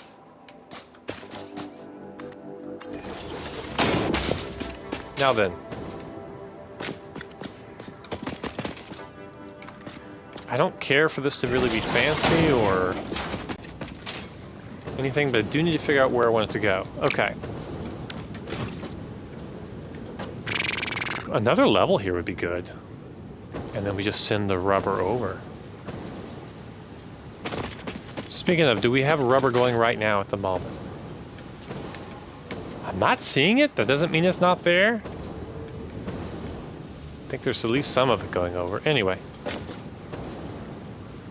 Might be too slow to notice. So. I think I'm going to need a second level because I don't want to interfere with any of this stuff, right? But this level's too low. Need to be higher than that. So... And I feel like... It seems like it's higher, actually, than...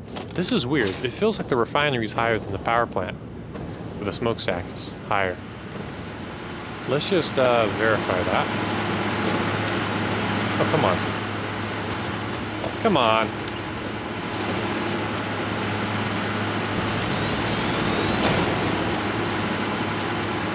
It seems weird to me. But it's true. Alright, so the refinery is the tallest thing we need to worry about then. Okay, I guess if you look at it, smokestack starts much higher on this one. So like, I guess this one, these power plants here are really short, especially compared to the coal power plants. So maybe that's why. Anyway. Okay, so. We have some stuff lying around here, some motors, which we probably don't need anymore. Oh yeah, we need that eventually. Yep. Oh yeah, this stuff needs to go back home at some point. Okay, great. So if I get this to go over that, then we're golden, right? Hello, there we go, foundation. Prefer to be on that level right there. Why is it going inside? There, perfect. That's high enough.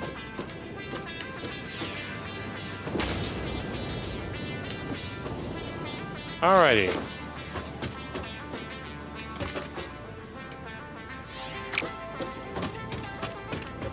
One, two, three, four, five.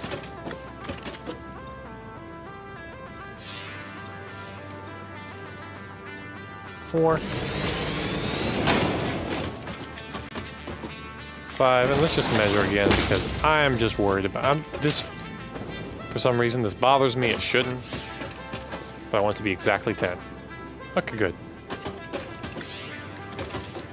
10. So I guess we're building this 100 by 110. Or, sorry, 110 squares, 10 by 11. The game's a bit too loud for me today. I hope it's fine on the stream. I'll have to double check that. Let's just see. Have to check when it comes out. I messed with my game volume when I was streaming the court case the other day, and that was a lot of fun actually. But I really should have taken the extra 5 or 10 minutes to set up another channel for it, another audio channel for it, so I wouldn't have to mess with my settings. Because now I don't know what my settings were.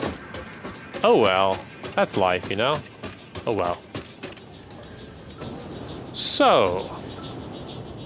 I want to have plenty of room here for this, and I want to consume up to 240, but not necessarily 240. We're going to start right here. And we want to build specifically... Nope. A refinery. Refinery. Great.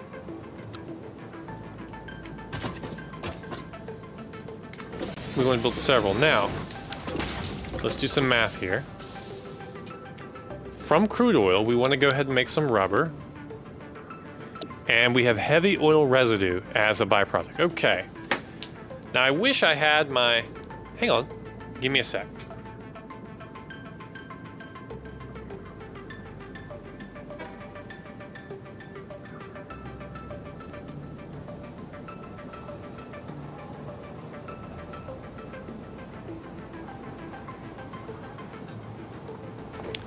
I really wish I had my digital drawing pad ready to go, but I don't, unfortunately. So we're gonna have to do this by hand again.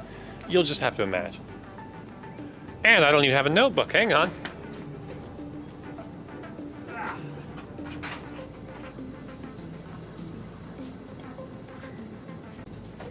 Okay, so here we go. Now our goal is to get as much rubber as we need. Now we got a maximum of 240 crude oil. 240 crude. And we can consume 30 crude per minute for each rubber thing. So the maximum we can do is 24 divided by 3 is 8. We can do a maximum of 8. Okay. 8x max rubber. Okay, fine. Let's imagine we hit our max. That means we'll end up having 660 rubber per second. Right? Okay, and then we'll end up producing 160 heavy oil residue per second. Okay, per second. Now, we need something to consume that heavy oil residue, which will be, in this case, residual fuel. Which is going to produce, oh, this is lucky. So 160 per minute, we need to consume, okay, basically 3 of these will consume, okay, we could do 8 rubber at the max, right? And then we need 3 of these to make sure we consume all of it. Fuel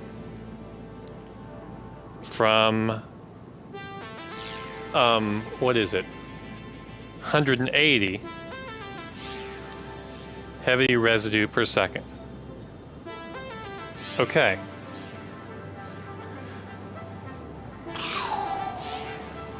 Okay.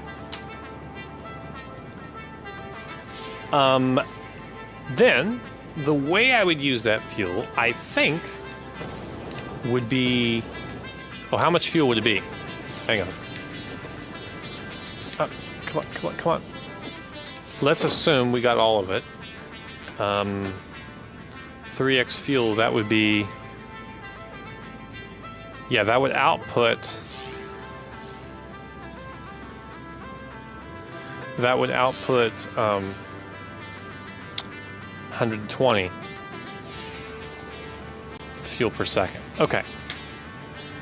So, then we take that 120 fuel and send it this way to take care of these guys. Or alternately, we would move these guys, but I think moving them would be harder.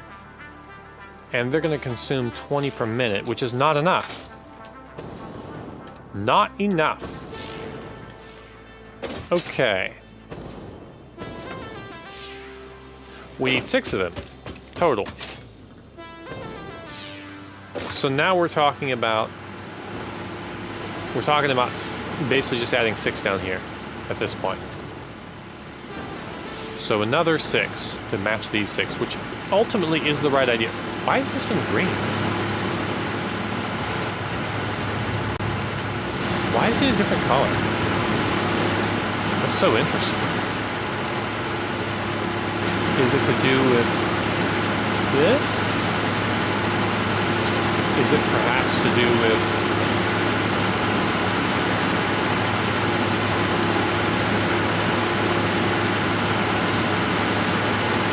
Is it perhaps to do with the sunlight being filtered a certain way, differently? I don't think that's it.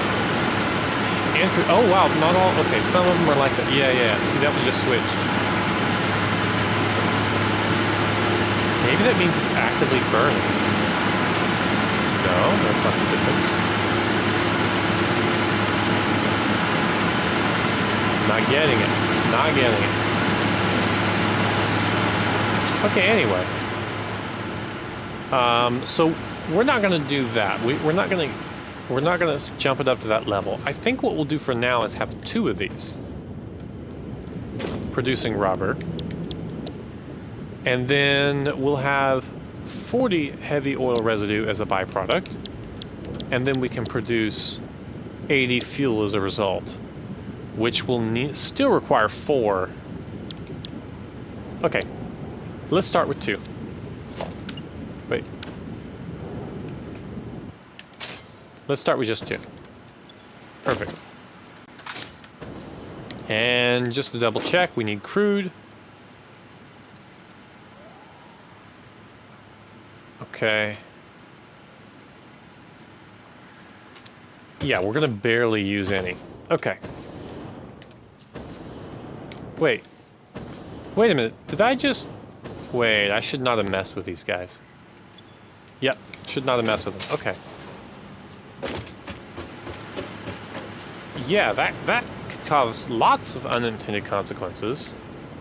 That could shut down our power plants, ultimately. And it'd take me forever to figure it out. Residual plastic. That's the formula. Boom. That's the recipe. Okay. Let's go up here and get her done. Okay. We got this one, and we want 2 of them.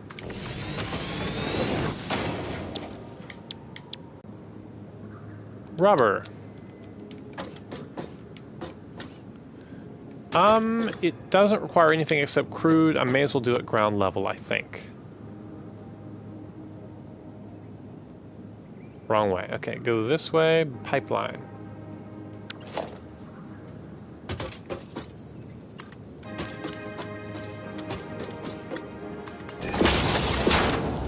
Okay. I just don't understand all of this. Okay, let's try this. That seems to work fine. Great.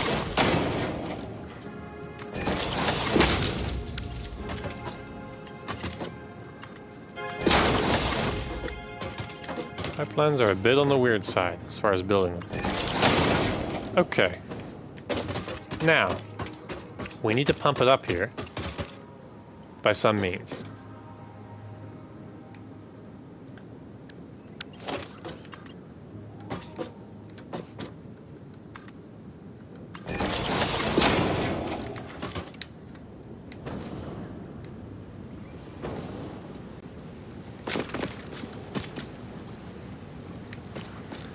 I like it. Perfect. No, I don't want to rotate that like that. Okay. Boom. Okay. This is fine.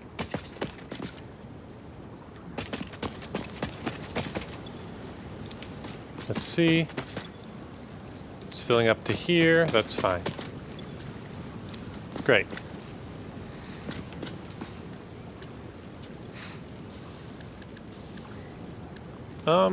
Pump.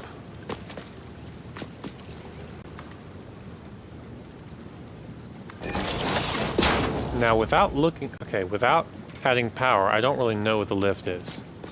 So, unfortunately, I have to add power to find out whether I need to add more pumps. Frustrating. Now, we already know we're going to need this to be a Mark II pole. I already know that. That is what you call a fact. Okay, it's going to pump and fill this up anyway. And the head lift is... Do we really need one? Okay, yeah. Knew it. Okay. Now my curiosity here is, when it stops pumping, how high will it have pumped? Because I'm trying to figure out the minimum number of pumps needed. Like, is this 22 number going to stay where it is? Looks like it. Okay. It's winding down. That's full. This is slowly pumping a little bit, I guess. Still says full. If we look up here, this is full as well. That kind of tells me that I probably only need 1 pump, to be honest. Although 2 would be recommended. Let's get a second one.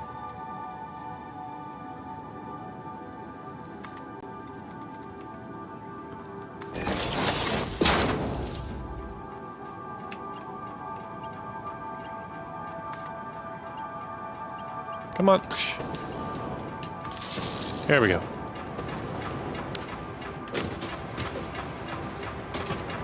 Head lift here is obviously not going to be that high.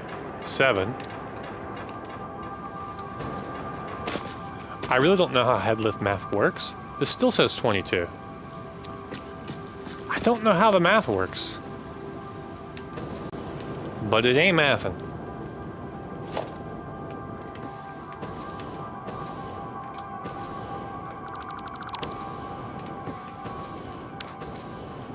Okay.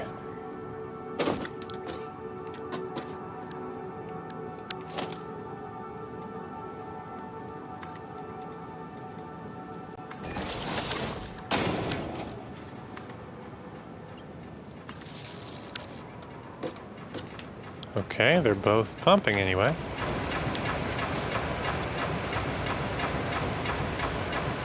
That's now double, it's 14 instead of 7. This one should be lower than 22.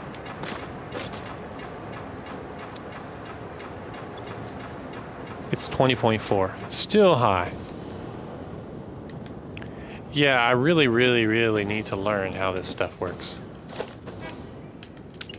In the meantime, all I need to do is put this a little bit lower.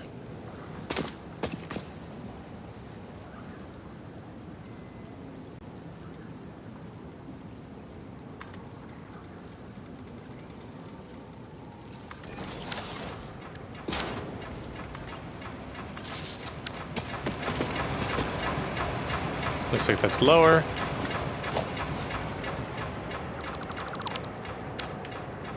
And this will be higher than it was. 18. Yeah, 18 and what, 15?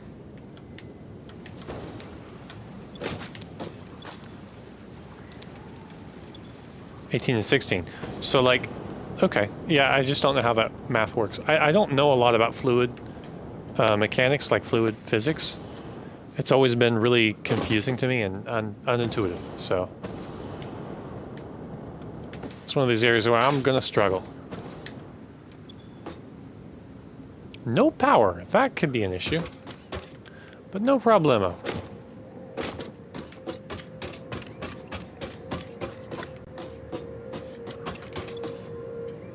Okay, in this case we do have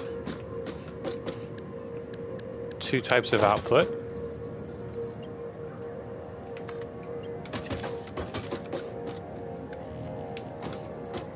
Nope, not what I wanted.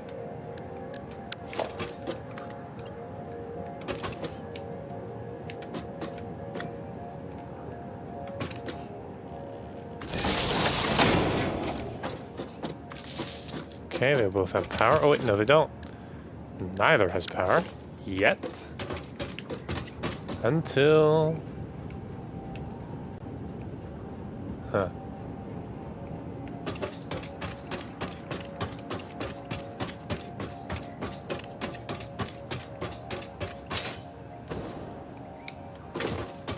Till they do.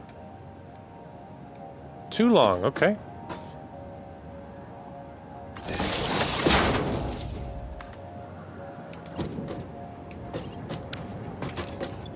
Perfect.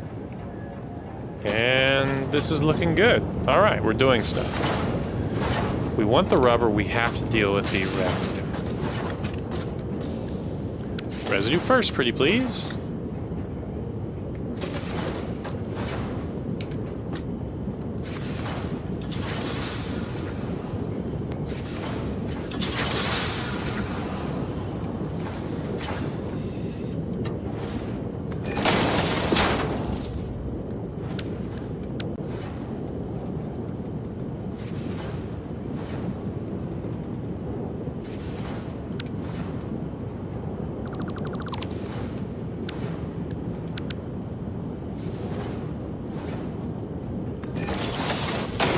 Seems legit.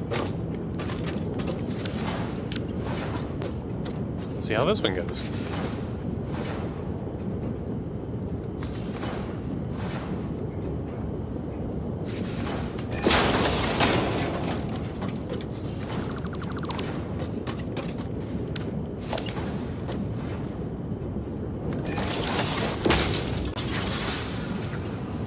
Okay, seems legit so far.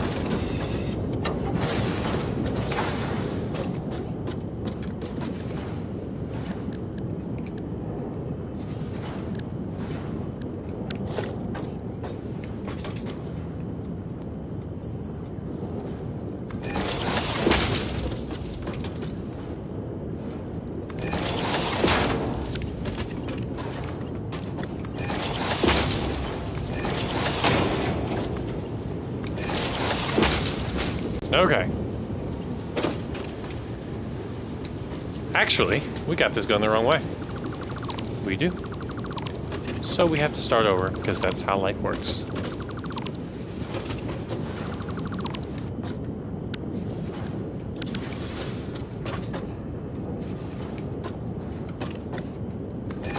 Nope. Merger.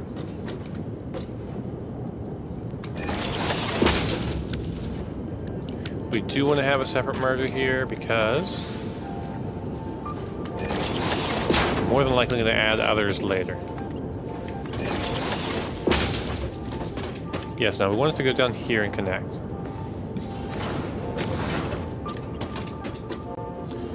We'll have it go this way, I think. We do want to switch back to straight mode for this. We can do that later, though.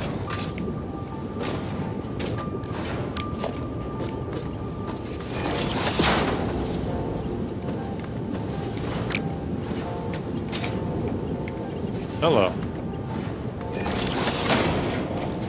Perfect. All right.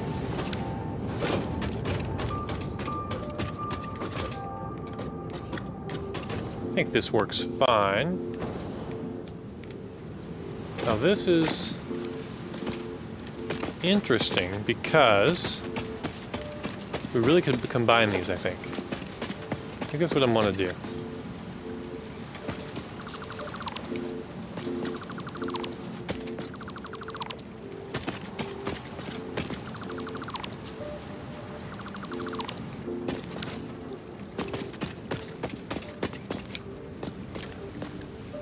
Okay.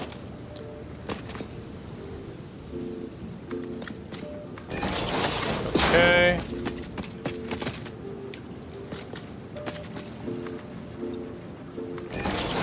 Although that's going to go up higher, I think, sooner.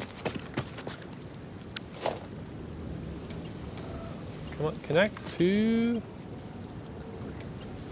the top one. Ironically.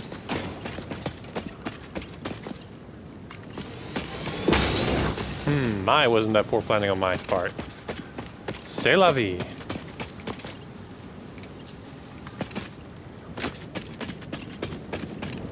Whoa. Falling not exactly recommended. Perfect. Perfect. Okay, great. Now.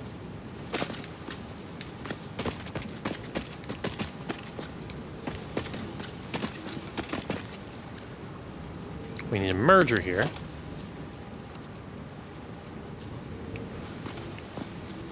Try to line up a little bit.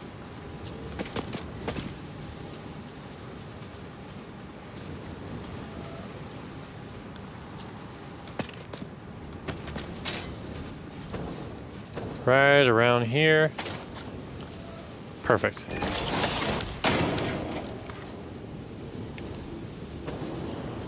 Now what I need to do, yeah, it's under.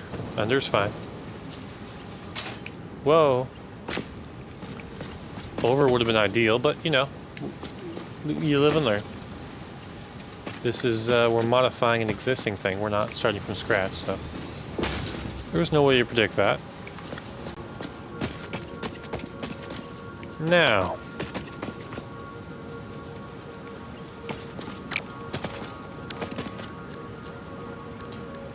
Right around here.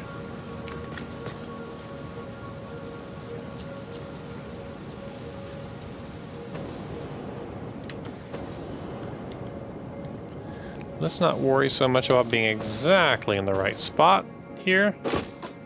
Just do it. Looking good.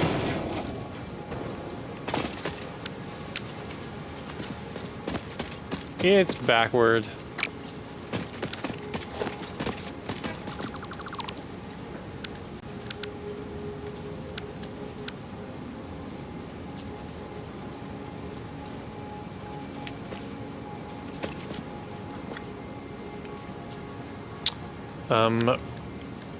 Oh dear. Reversed. That's looking good.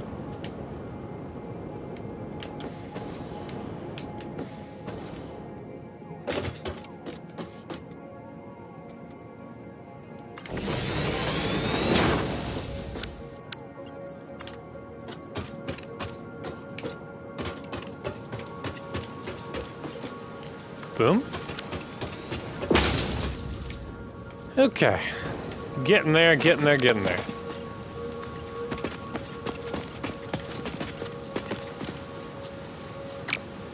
It looks ugly. Do it the other way. Good. Now then. Alright, now we just gotta deal with the residue. I just realized, though, we kind of have an issue. If we fill up with plastic here and don't use it quickly enough, we are going to have an issue. So how full are we? This one is full. And I'm kind of betting the bottom one's full too. It isn't. But it is filling up. So that's problematic because when this fills up completely, we're going to be out of fuel from this source. Because once the plastic fills up and isn't being used, we'll find ourselves in a situation where no more fuel can be made. I guess we can just delete half the plastic. That would be an acceptable solution. But yeah. See, here we are not making any more rubber because we've got too much residue anyway, not fuel. Okay. I want to leave room for more to go down this way, so that means these three at least are going to be dedicated to the rubber. I also want, hang on, let's go to customization. I'm going to use kind of the same colors for different purposes. Is that it? Sure, we'll go with that. I also want to have at least one spot of separation here. Okay, one spot of separation here, at least. And now, how much fuel are we making per second? We are making 40 per minute. Not per second, per minute. Okay. So.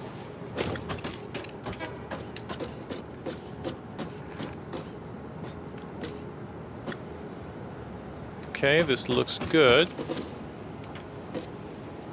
I want to get some more room here for stuff to happen.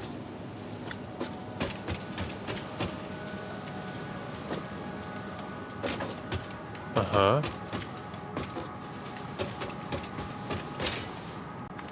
Okay.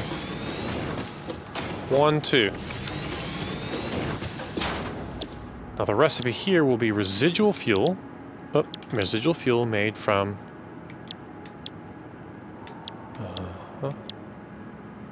that and smokeless powder are really the only things I can think of that I might want. So. Oh, it's 60 per minute. Okay, good. We're producing 80. We can consume 120. We're producing 80. That's good. There's no reason, though. No reason to make this super long.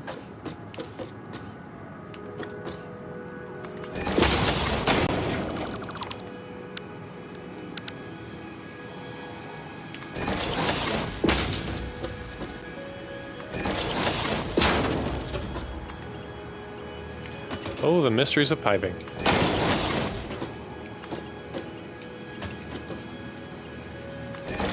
Okay.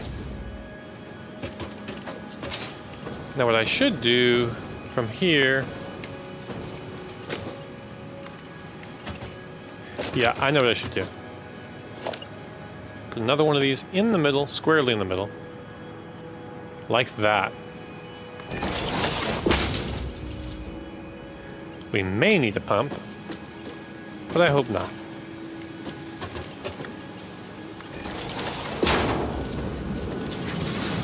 We made it a pump. It's working so far, though. Let's see.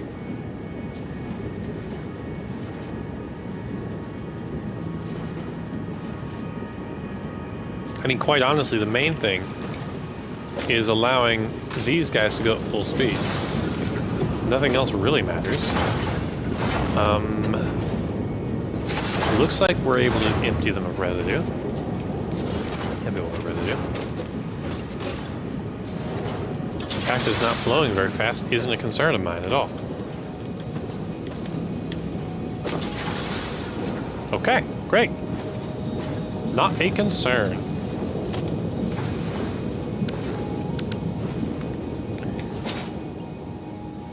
Why wouldn't this be nice to have in a recipe or in a blueprint?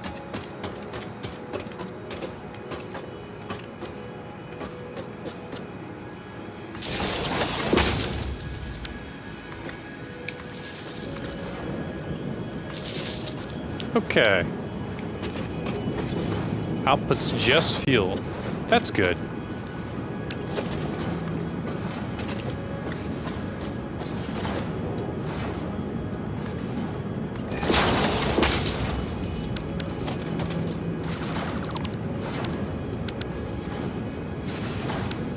At least the copper sheets are nearby.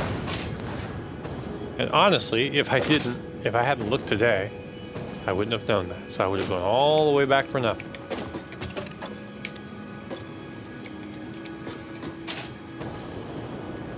Okay. Great.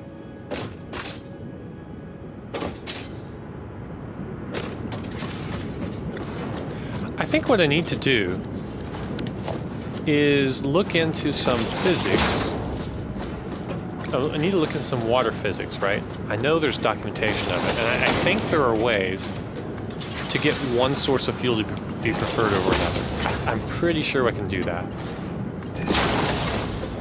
So that's just what I need to do when I connect this down here to those guys. Or more accurately, I'm going to be shoving this down this way, connecting it probably on this side of this buffer. Or, I don't know. Maybe not on this side of the buffer, but you know. Getting it to be used. Whew, yeah. Okay. So I'm going to spend a few seconds looking that up. I think we can look at it together because I think this is going to be a long, I don't think this is going to be a quick search. So let me add a new tab for that. And then bring it onto the screen here.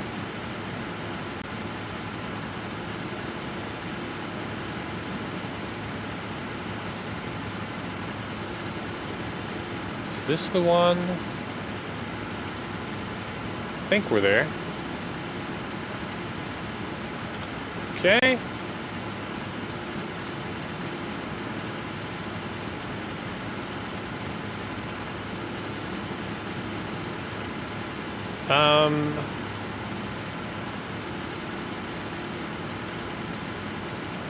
I don't like where I'm sitting here. Okay, let me turn on the... There we go. I don't like where in the factory I'm sitting. I don't...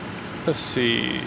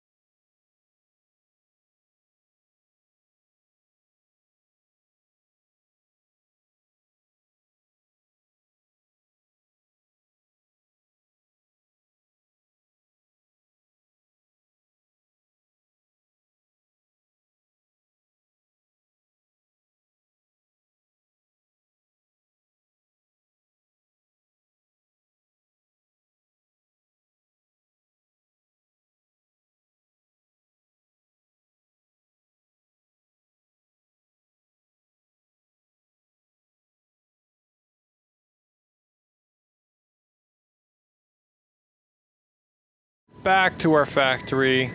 Let's hide the source here. Let's hide this information here. We don't. Excuse me.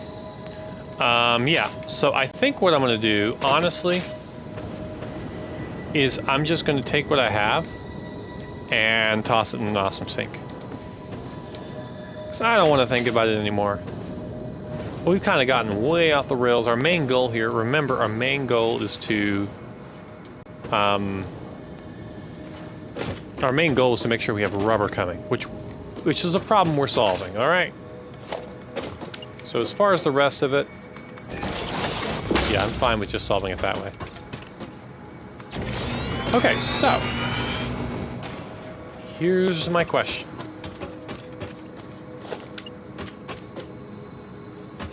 If I build an awesome sink right here,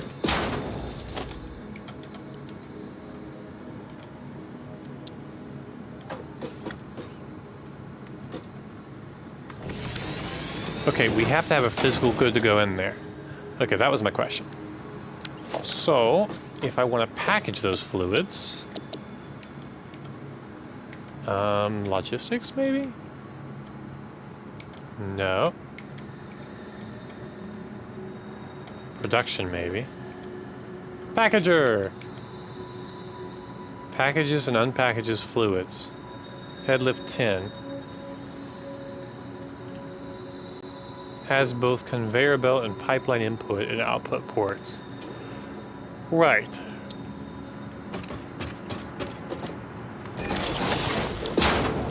Okay, so we want to package fuel.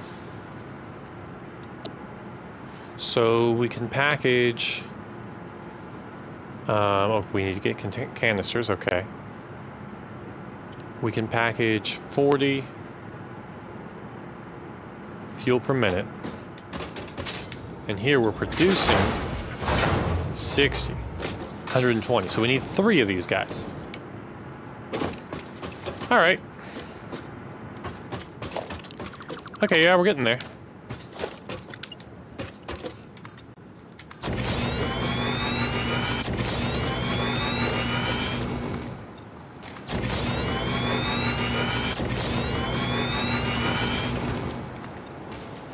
Choo-choo! Okay, out of concrete. I'm sure that's fine.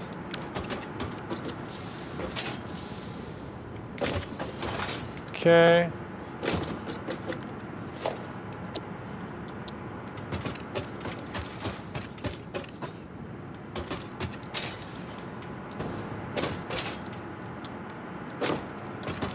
Okay. Now then.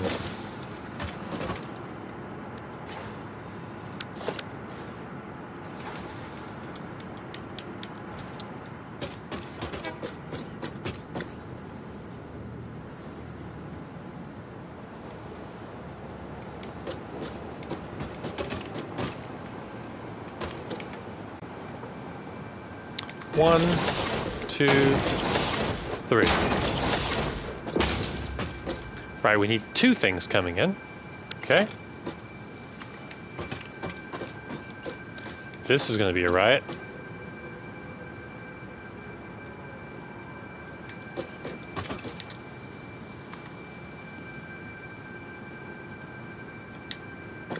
What? This is so strange. Okay, it needs to be right there on that line. And up. Perfect. Delete the support. Have the junction.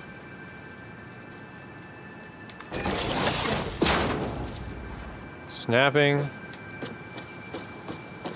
Shouldn't be so hard, folks. Should not be this hard. Why is snapping? Okay, fine. I'll just do it the same way each time, I guess.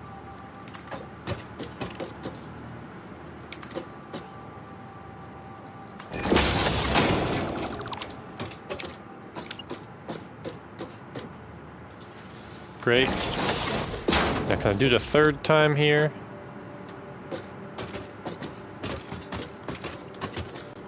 Not really, okay. Do it the same way.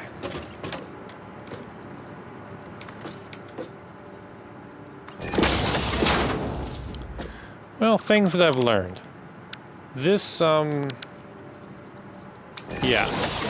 This contraption is exactly 4 meters by 4 meters, or 4 meters wide. That is a fact I learned that I did not know before.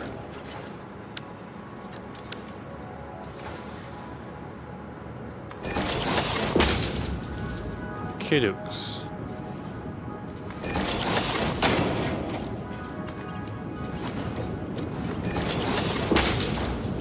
Okay. Now where do I make canisters? I don't even remember.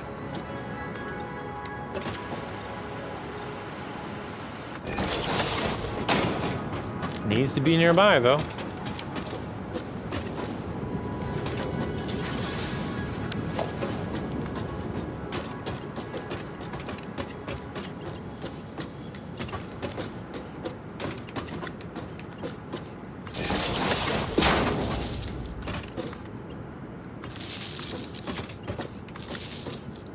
Okay. Fuel. Fuel. Fuel. Looks like they have power. They're filling up with fuel. We just need canisters. Okay. Okay. Pretty sure. Let's see what the recipe is for canisters.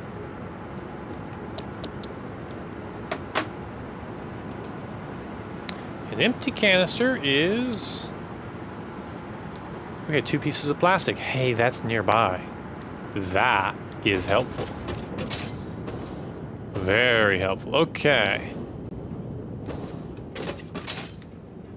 Yes, that's quite a good... That's quite fortunate. Okay.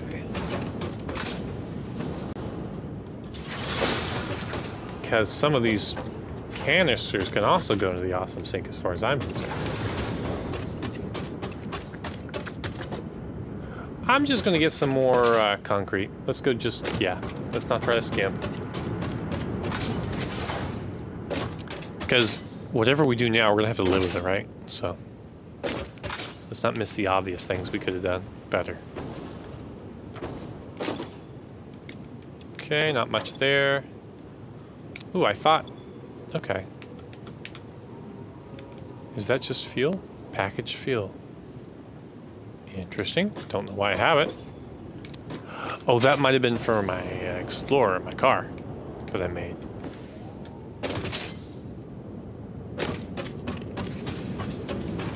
Okay.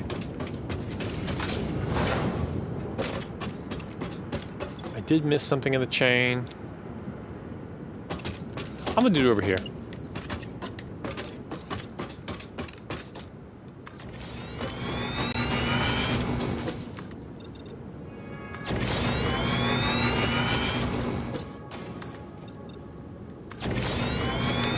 Okay, great.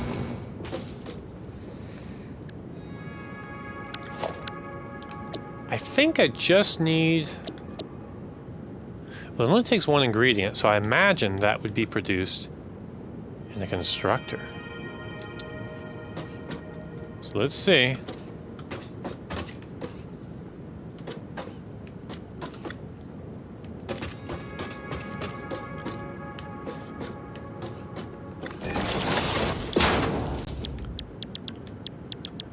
Empty canister right there.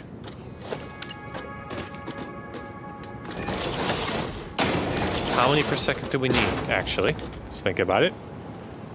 Oh, 60 per minute. That's plenty, isn't it? Yep. So we're just going to make the 1 for now. But we're going to have a splitter, just in case we want to do something different later. Perfect. Woo! Cray cray. Most likely we're going to do that. Connects there. You know, I could have it connect up instead of down. Yes, I could. Yeah, and you know what? That isn't even that hard to imagine. Let's just do it. It's going to look ugly, and it's going to work perfectly fine.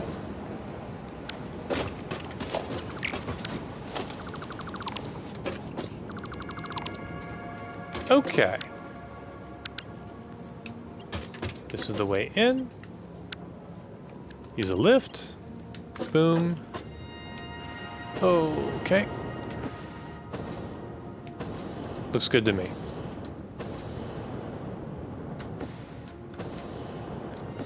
Alrighty. Up we go. Honestly, I don't even care. Splitter. Perfect. Boom. This is nice. Not caring is freeing.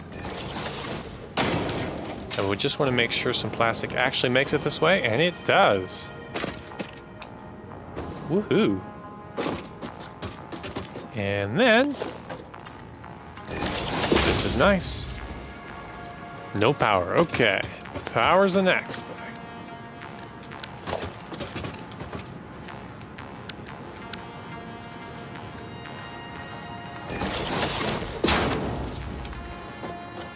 Okay.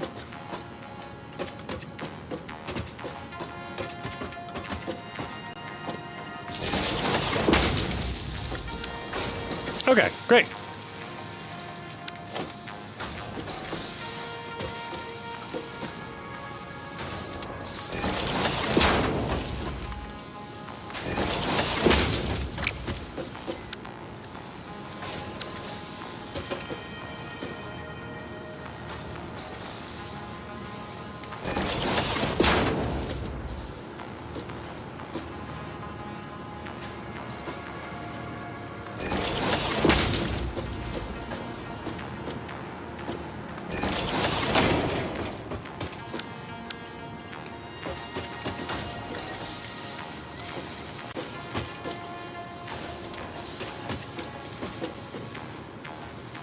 Is this a merger?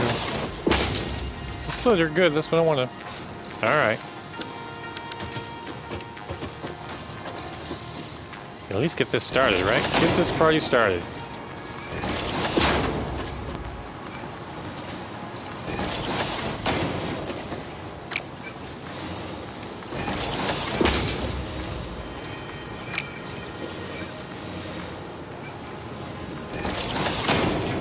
Alrighty then.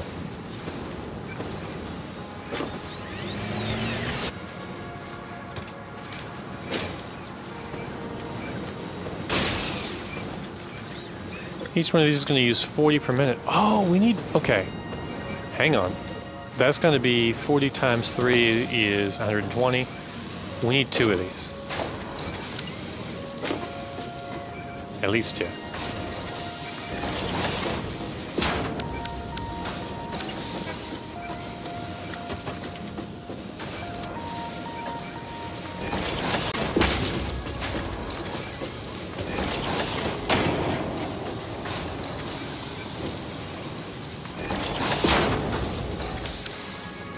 May as well remember this part now.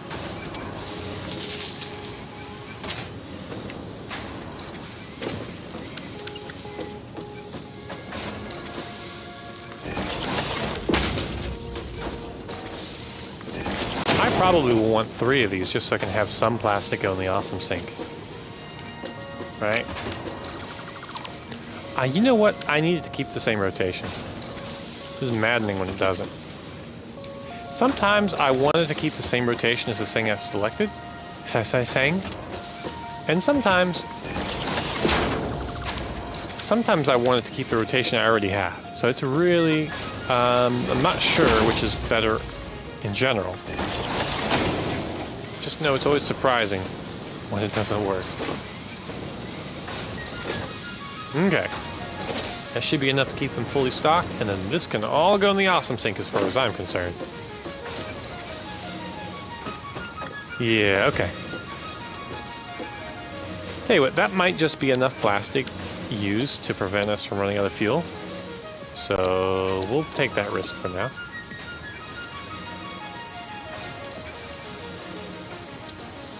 And honestly, it's not that much work if we run out of let's say we overflow the plastic, and so we run out of fuel, or so then we can't produce any more fuel, and so then we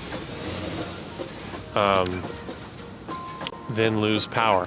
I think it's really not that difficult of a problem to fix. So I think it's fine.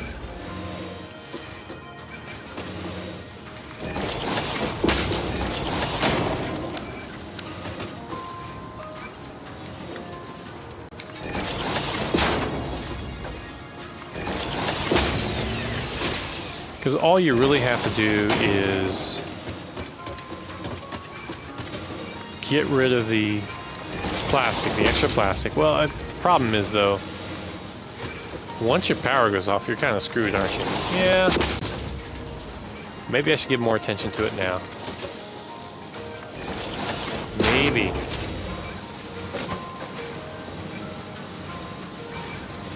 This is fuel, right? Packaged fuel, yes. This needs power to receive items.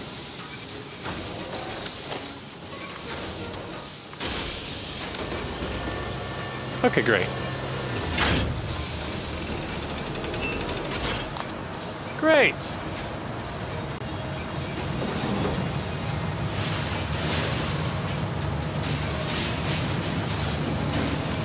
Oh, it's going down pretty quickly. That's nice.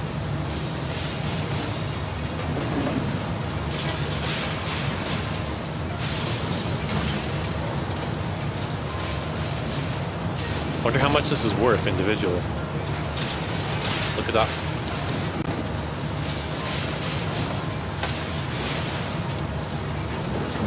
An empty canister is worth what in the awesome sink?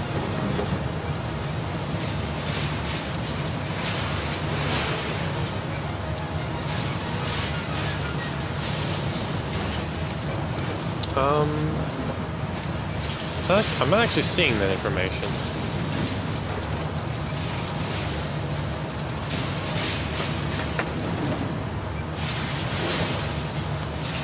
Packaged fuel, let's look at that one.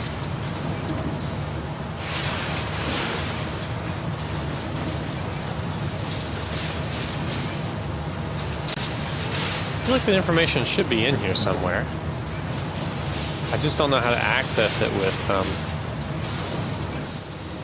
yeah.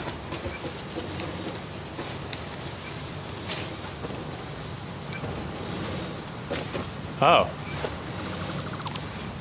That was interesting. Fascinating.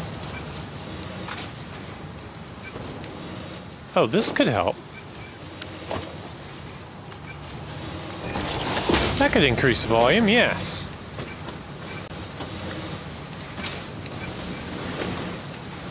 Going as fast as it can, yeah.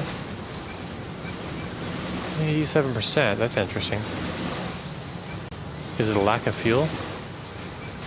Yeah, I think it's a lack of fuel. Yep. Oh yeah, that's really going down quickly.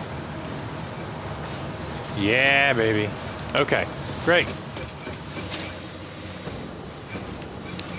Great! So we need it to be, whatever we use needs to be a solid, but that's not difficult to fix. Okay, this is fuel.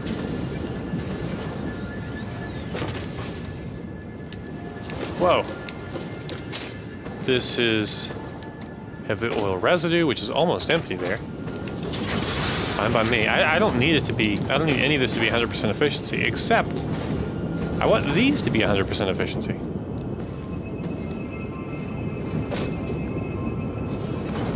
Which I'm getting out of that one, and I'm getting out of that one. Great. So that means we're producing 40 rubber per minute total. That may be less than we're using, but at the very least, we've got this chain here that is effective. I know we're kind of cheating with the awesome sink, but I don't actually care. In fact, I'm seriously considering putting another awesome sink down here just to make sure we're using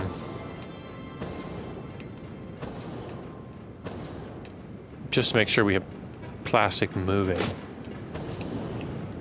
I don't really need to store plastic here for any reason, right?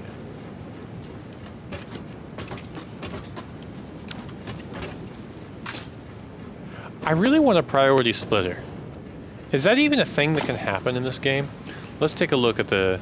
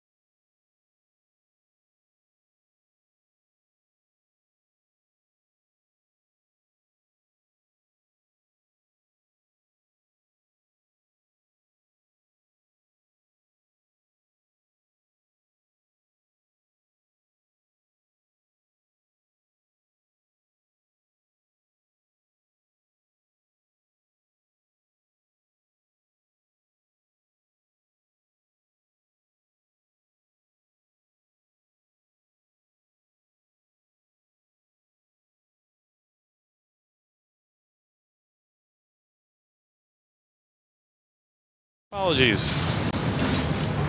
This whole time I've not been showing off the game. Oh, how sad. Anyway, let me show this real quick. Since I've left you guys in the dark this whole time, my apologies.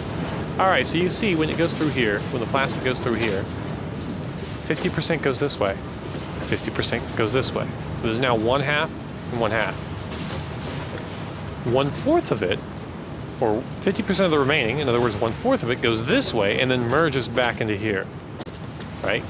So now we have 3/4 going this way, and then 1/4 going this way. Here, 50% goes this way, which is 1/8 of the original, and 50% goes into the Awesome Sink, which again is 1/8. So the 1/8 that goes this way merges back into this, and it becomes 7/8. Almost all the plastic goes here, like it always did. But on the normal case, right, when there's availability here, and then 1/8 of it is redirected here. So we lose a little bit of plastic to the Awesome Sink, which looks like it's just. Would you look at that? It's just literally just destroying things. It's very clearly. The Awesome Sink is very clearly just a garbage disposal unit. I love it. Love, love, love it. Okay. Crazy world we live in. Okay. Anyway, that's the normal circumstance. When this gets completely full, though, instead of backing up and just preventing us from producing fuel in our chain here, you know, right here when we get to this point, 50% wants to go that way, but it can't. So 100% will go this way. Then this will get backed up, so 100% goes this way, this gets backed up. All of it, 8/8 of it, all of it will go here into the Awesome Sink. Therefore, even when this is completely full, we will still be able to keep this running and produce more plastic, which means we'll be able to keep this running over here to produce more fuel, which means we'll never run out of fuel, which means that our oil power plants will never stop functioning as long as I don't screw something else up. So that is the whole point of having the Awesome Sink thing. Alright. Then on the other hand, we've got this rubber chain up here, which if I'd thought about making the Awesome Sink earlier, I probably wouldn't have done this whole complicated chain. But basically the rubber produces a byproduct of heavy oil residue, which we use to produce fuel, which we then package, and then we just discard it as well because we don't need it for anything. Yeah. So here we go. Oh, I thought this would be going quicker, but it's not really. Not going that quick at all, okay. Whoa. Hello. Usage here is 30%, so we could have done this with just one of them. Usage here is 33%, so we could have done it with just one of them. It would have been 2/3 usage at that point. And here usage is 100%.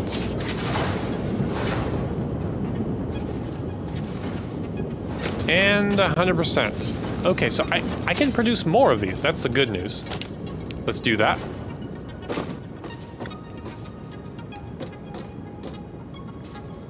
Yes, like that.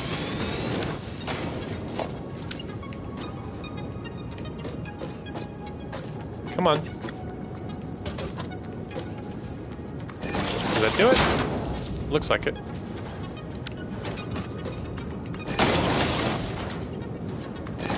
Okay.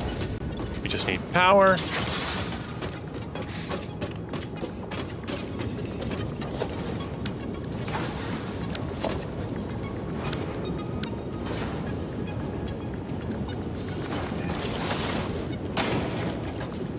Boom.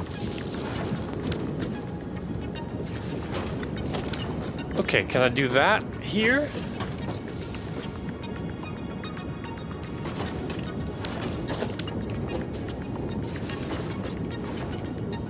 Looks like I can. Nope, okay, fine.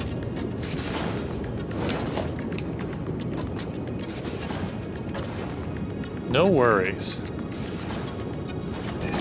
Nope, not what I wanted from life. Let's try again.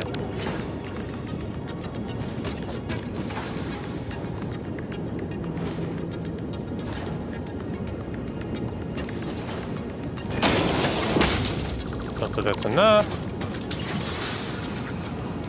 Looks good. Keep going. And then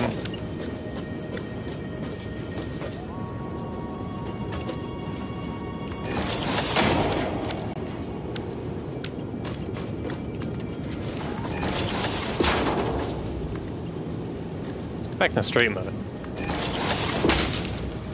Okay, a little more coming.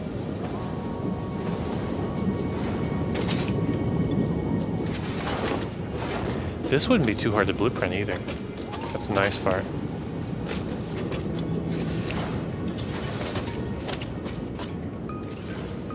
Missing some motors, not hard to grab.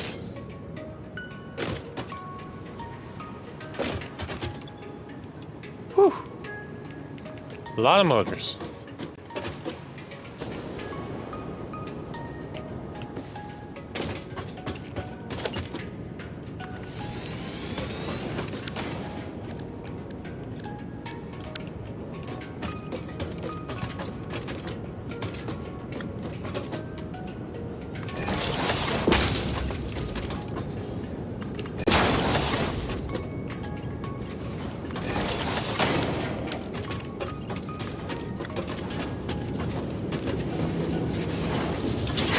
Okay.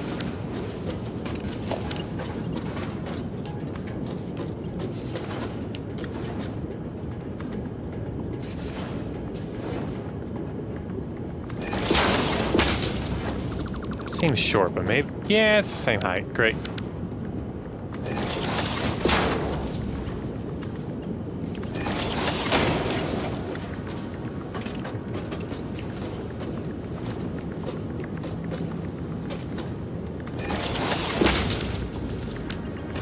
Not too bad. Not a bad racket.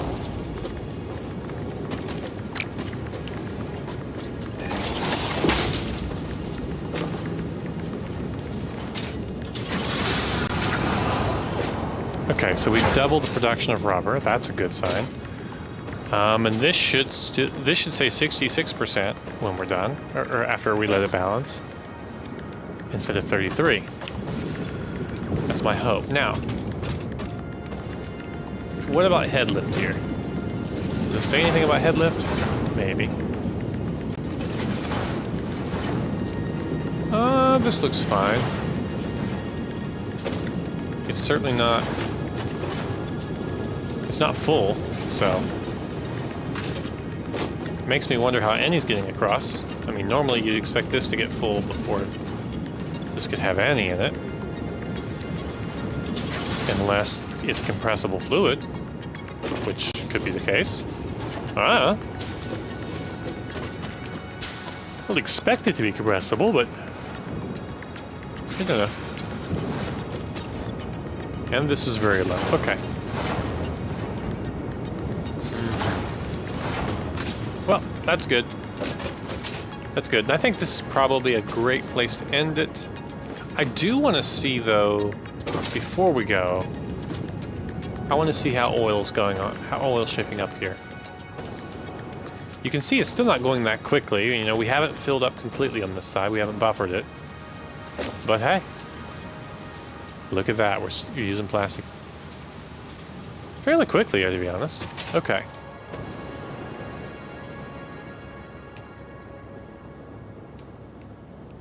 Man, I'm getting dizzy here.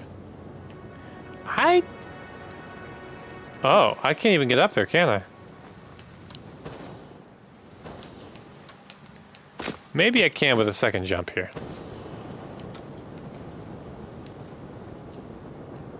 I forgot just how far up that was.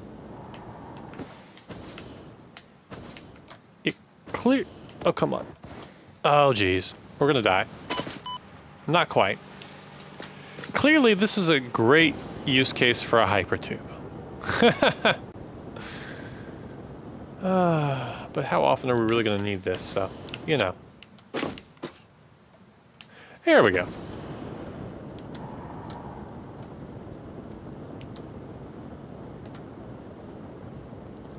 Hello. Whew. How are we doing here? Now this is a great sign, right? Now let's see what happens when this comes back. Is it gonna... This is full 12 per minute, it says. This says 48 per minute. That means it's already working. It's already working better than it was. Here comes the train. I am expecting to see this. I'm expecting to see this empty out, even though it's low. Like, yeah, even though it's low, I'm expecting that.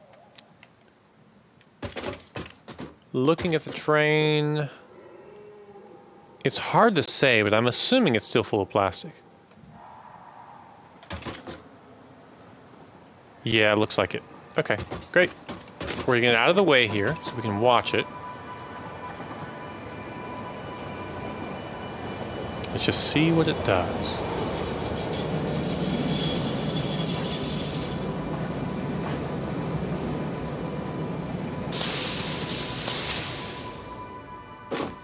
Okay.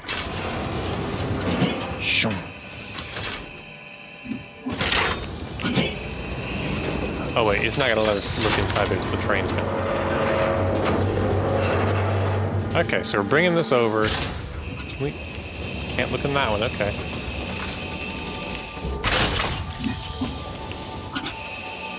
Okay, I should have just stayed put. Anyway. I can't reach that, I don't want to fall off. I at least can see this. Okay, so it filled it up. Presumably the other's empty. So, and this is going to be completely full. Yes. Okay. So at least now rubber's moving, right?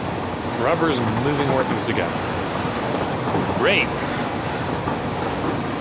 And we've quadrupled our production. Hey, Spider. That's also good.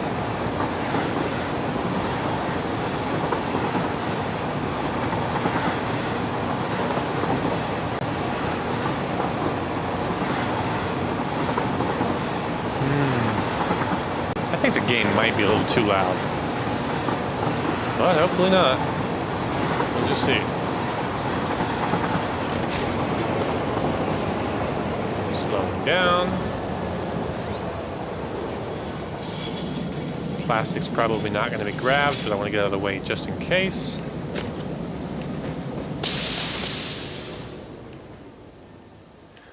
Are definitely going to grab this, right? Yes, okay. Now if we look out here,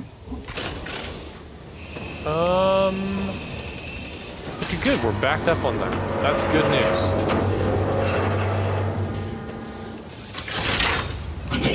Good news, okay, great.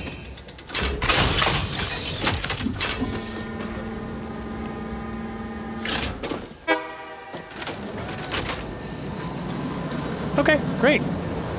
So this is going to fill up first, and then the other side will. This is already completely full.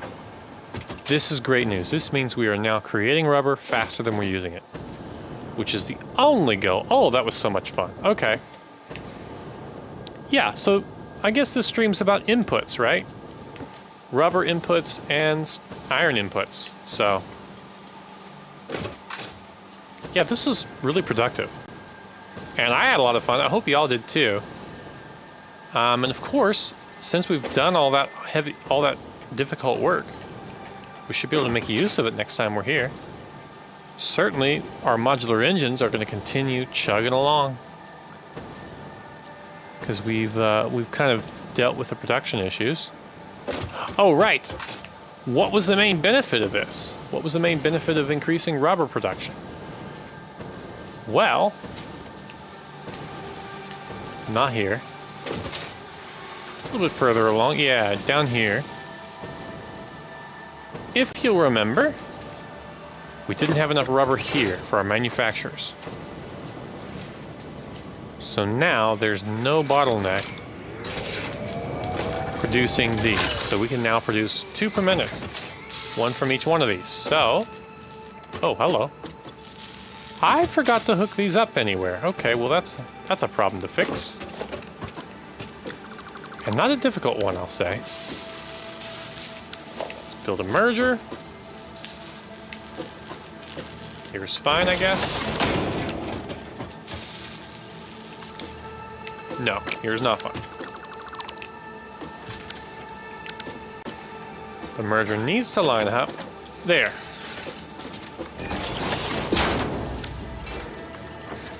Now, if I understand correctly, there should be just enough room to do that. Yes, great. And 2 for now. We can always rebuild it later. Hello. Boom.